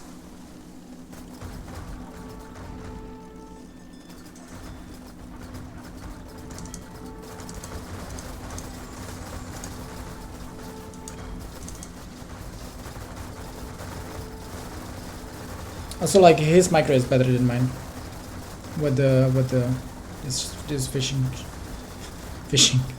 with those ships. Look at this, like kill to death ratio, he's 80 ahead. It won't be that bad anymore because right now I have Tirisadai and I obviously cannot like trade worse than him if I have Tirisadai. Because like my army is just so much more expensive than his.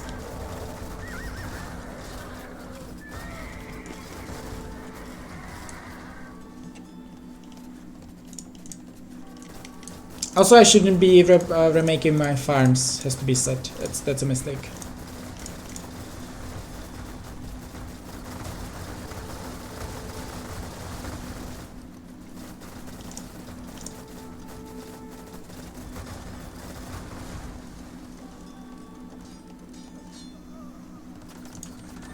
And now he wants to go for some skirmishes here, but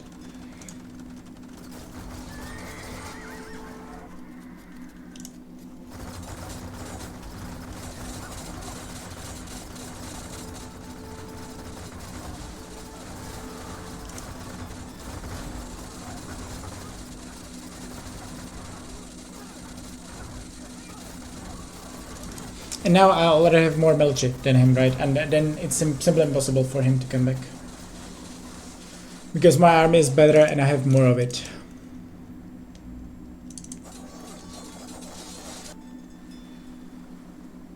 And he's out of resources, there's nothing he can do.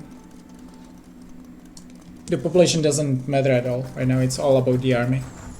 And also, I still have some wood that I can take. I have one more relic and I have the gold that I'm taking. So...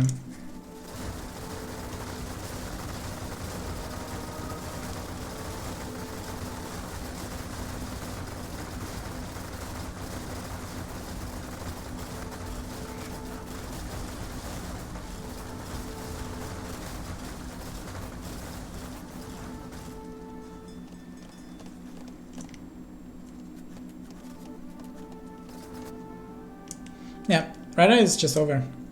He cannot come back there. I still have some resource income, he doesn't have any at this point. Yeah, he literally doesn't have any wood, no gold, and he's only taking... Actually, was there even 2 gold spot? I'll just watch this. I mean, not the entire game, but...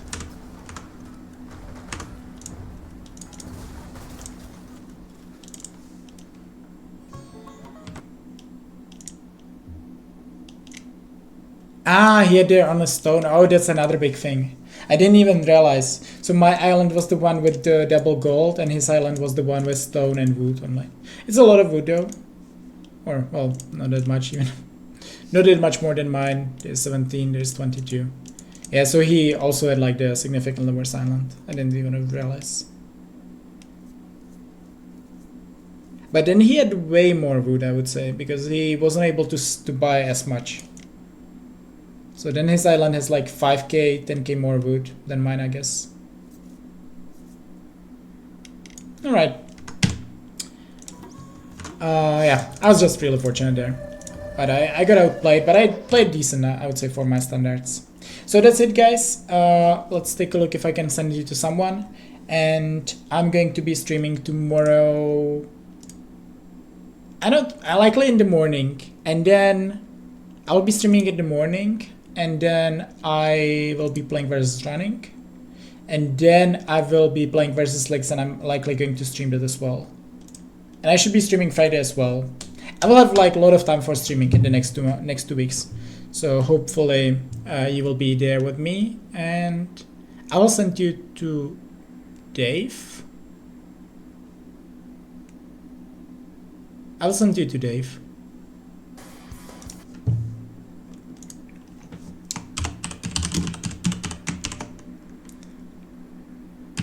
See you guys.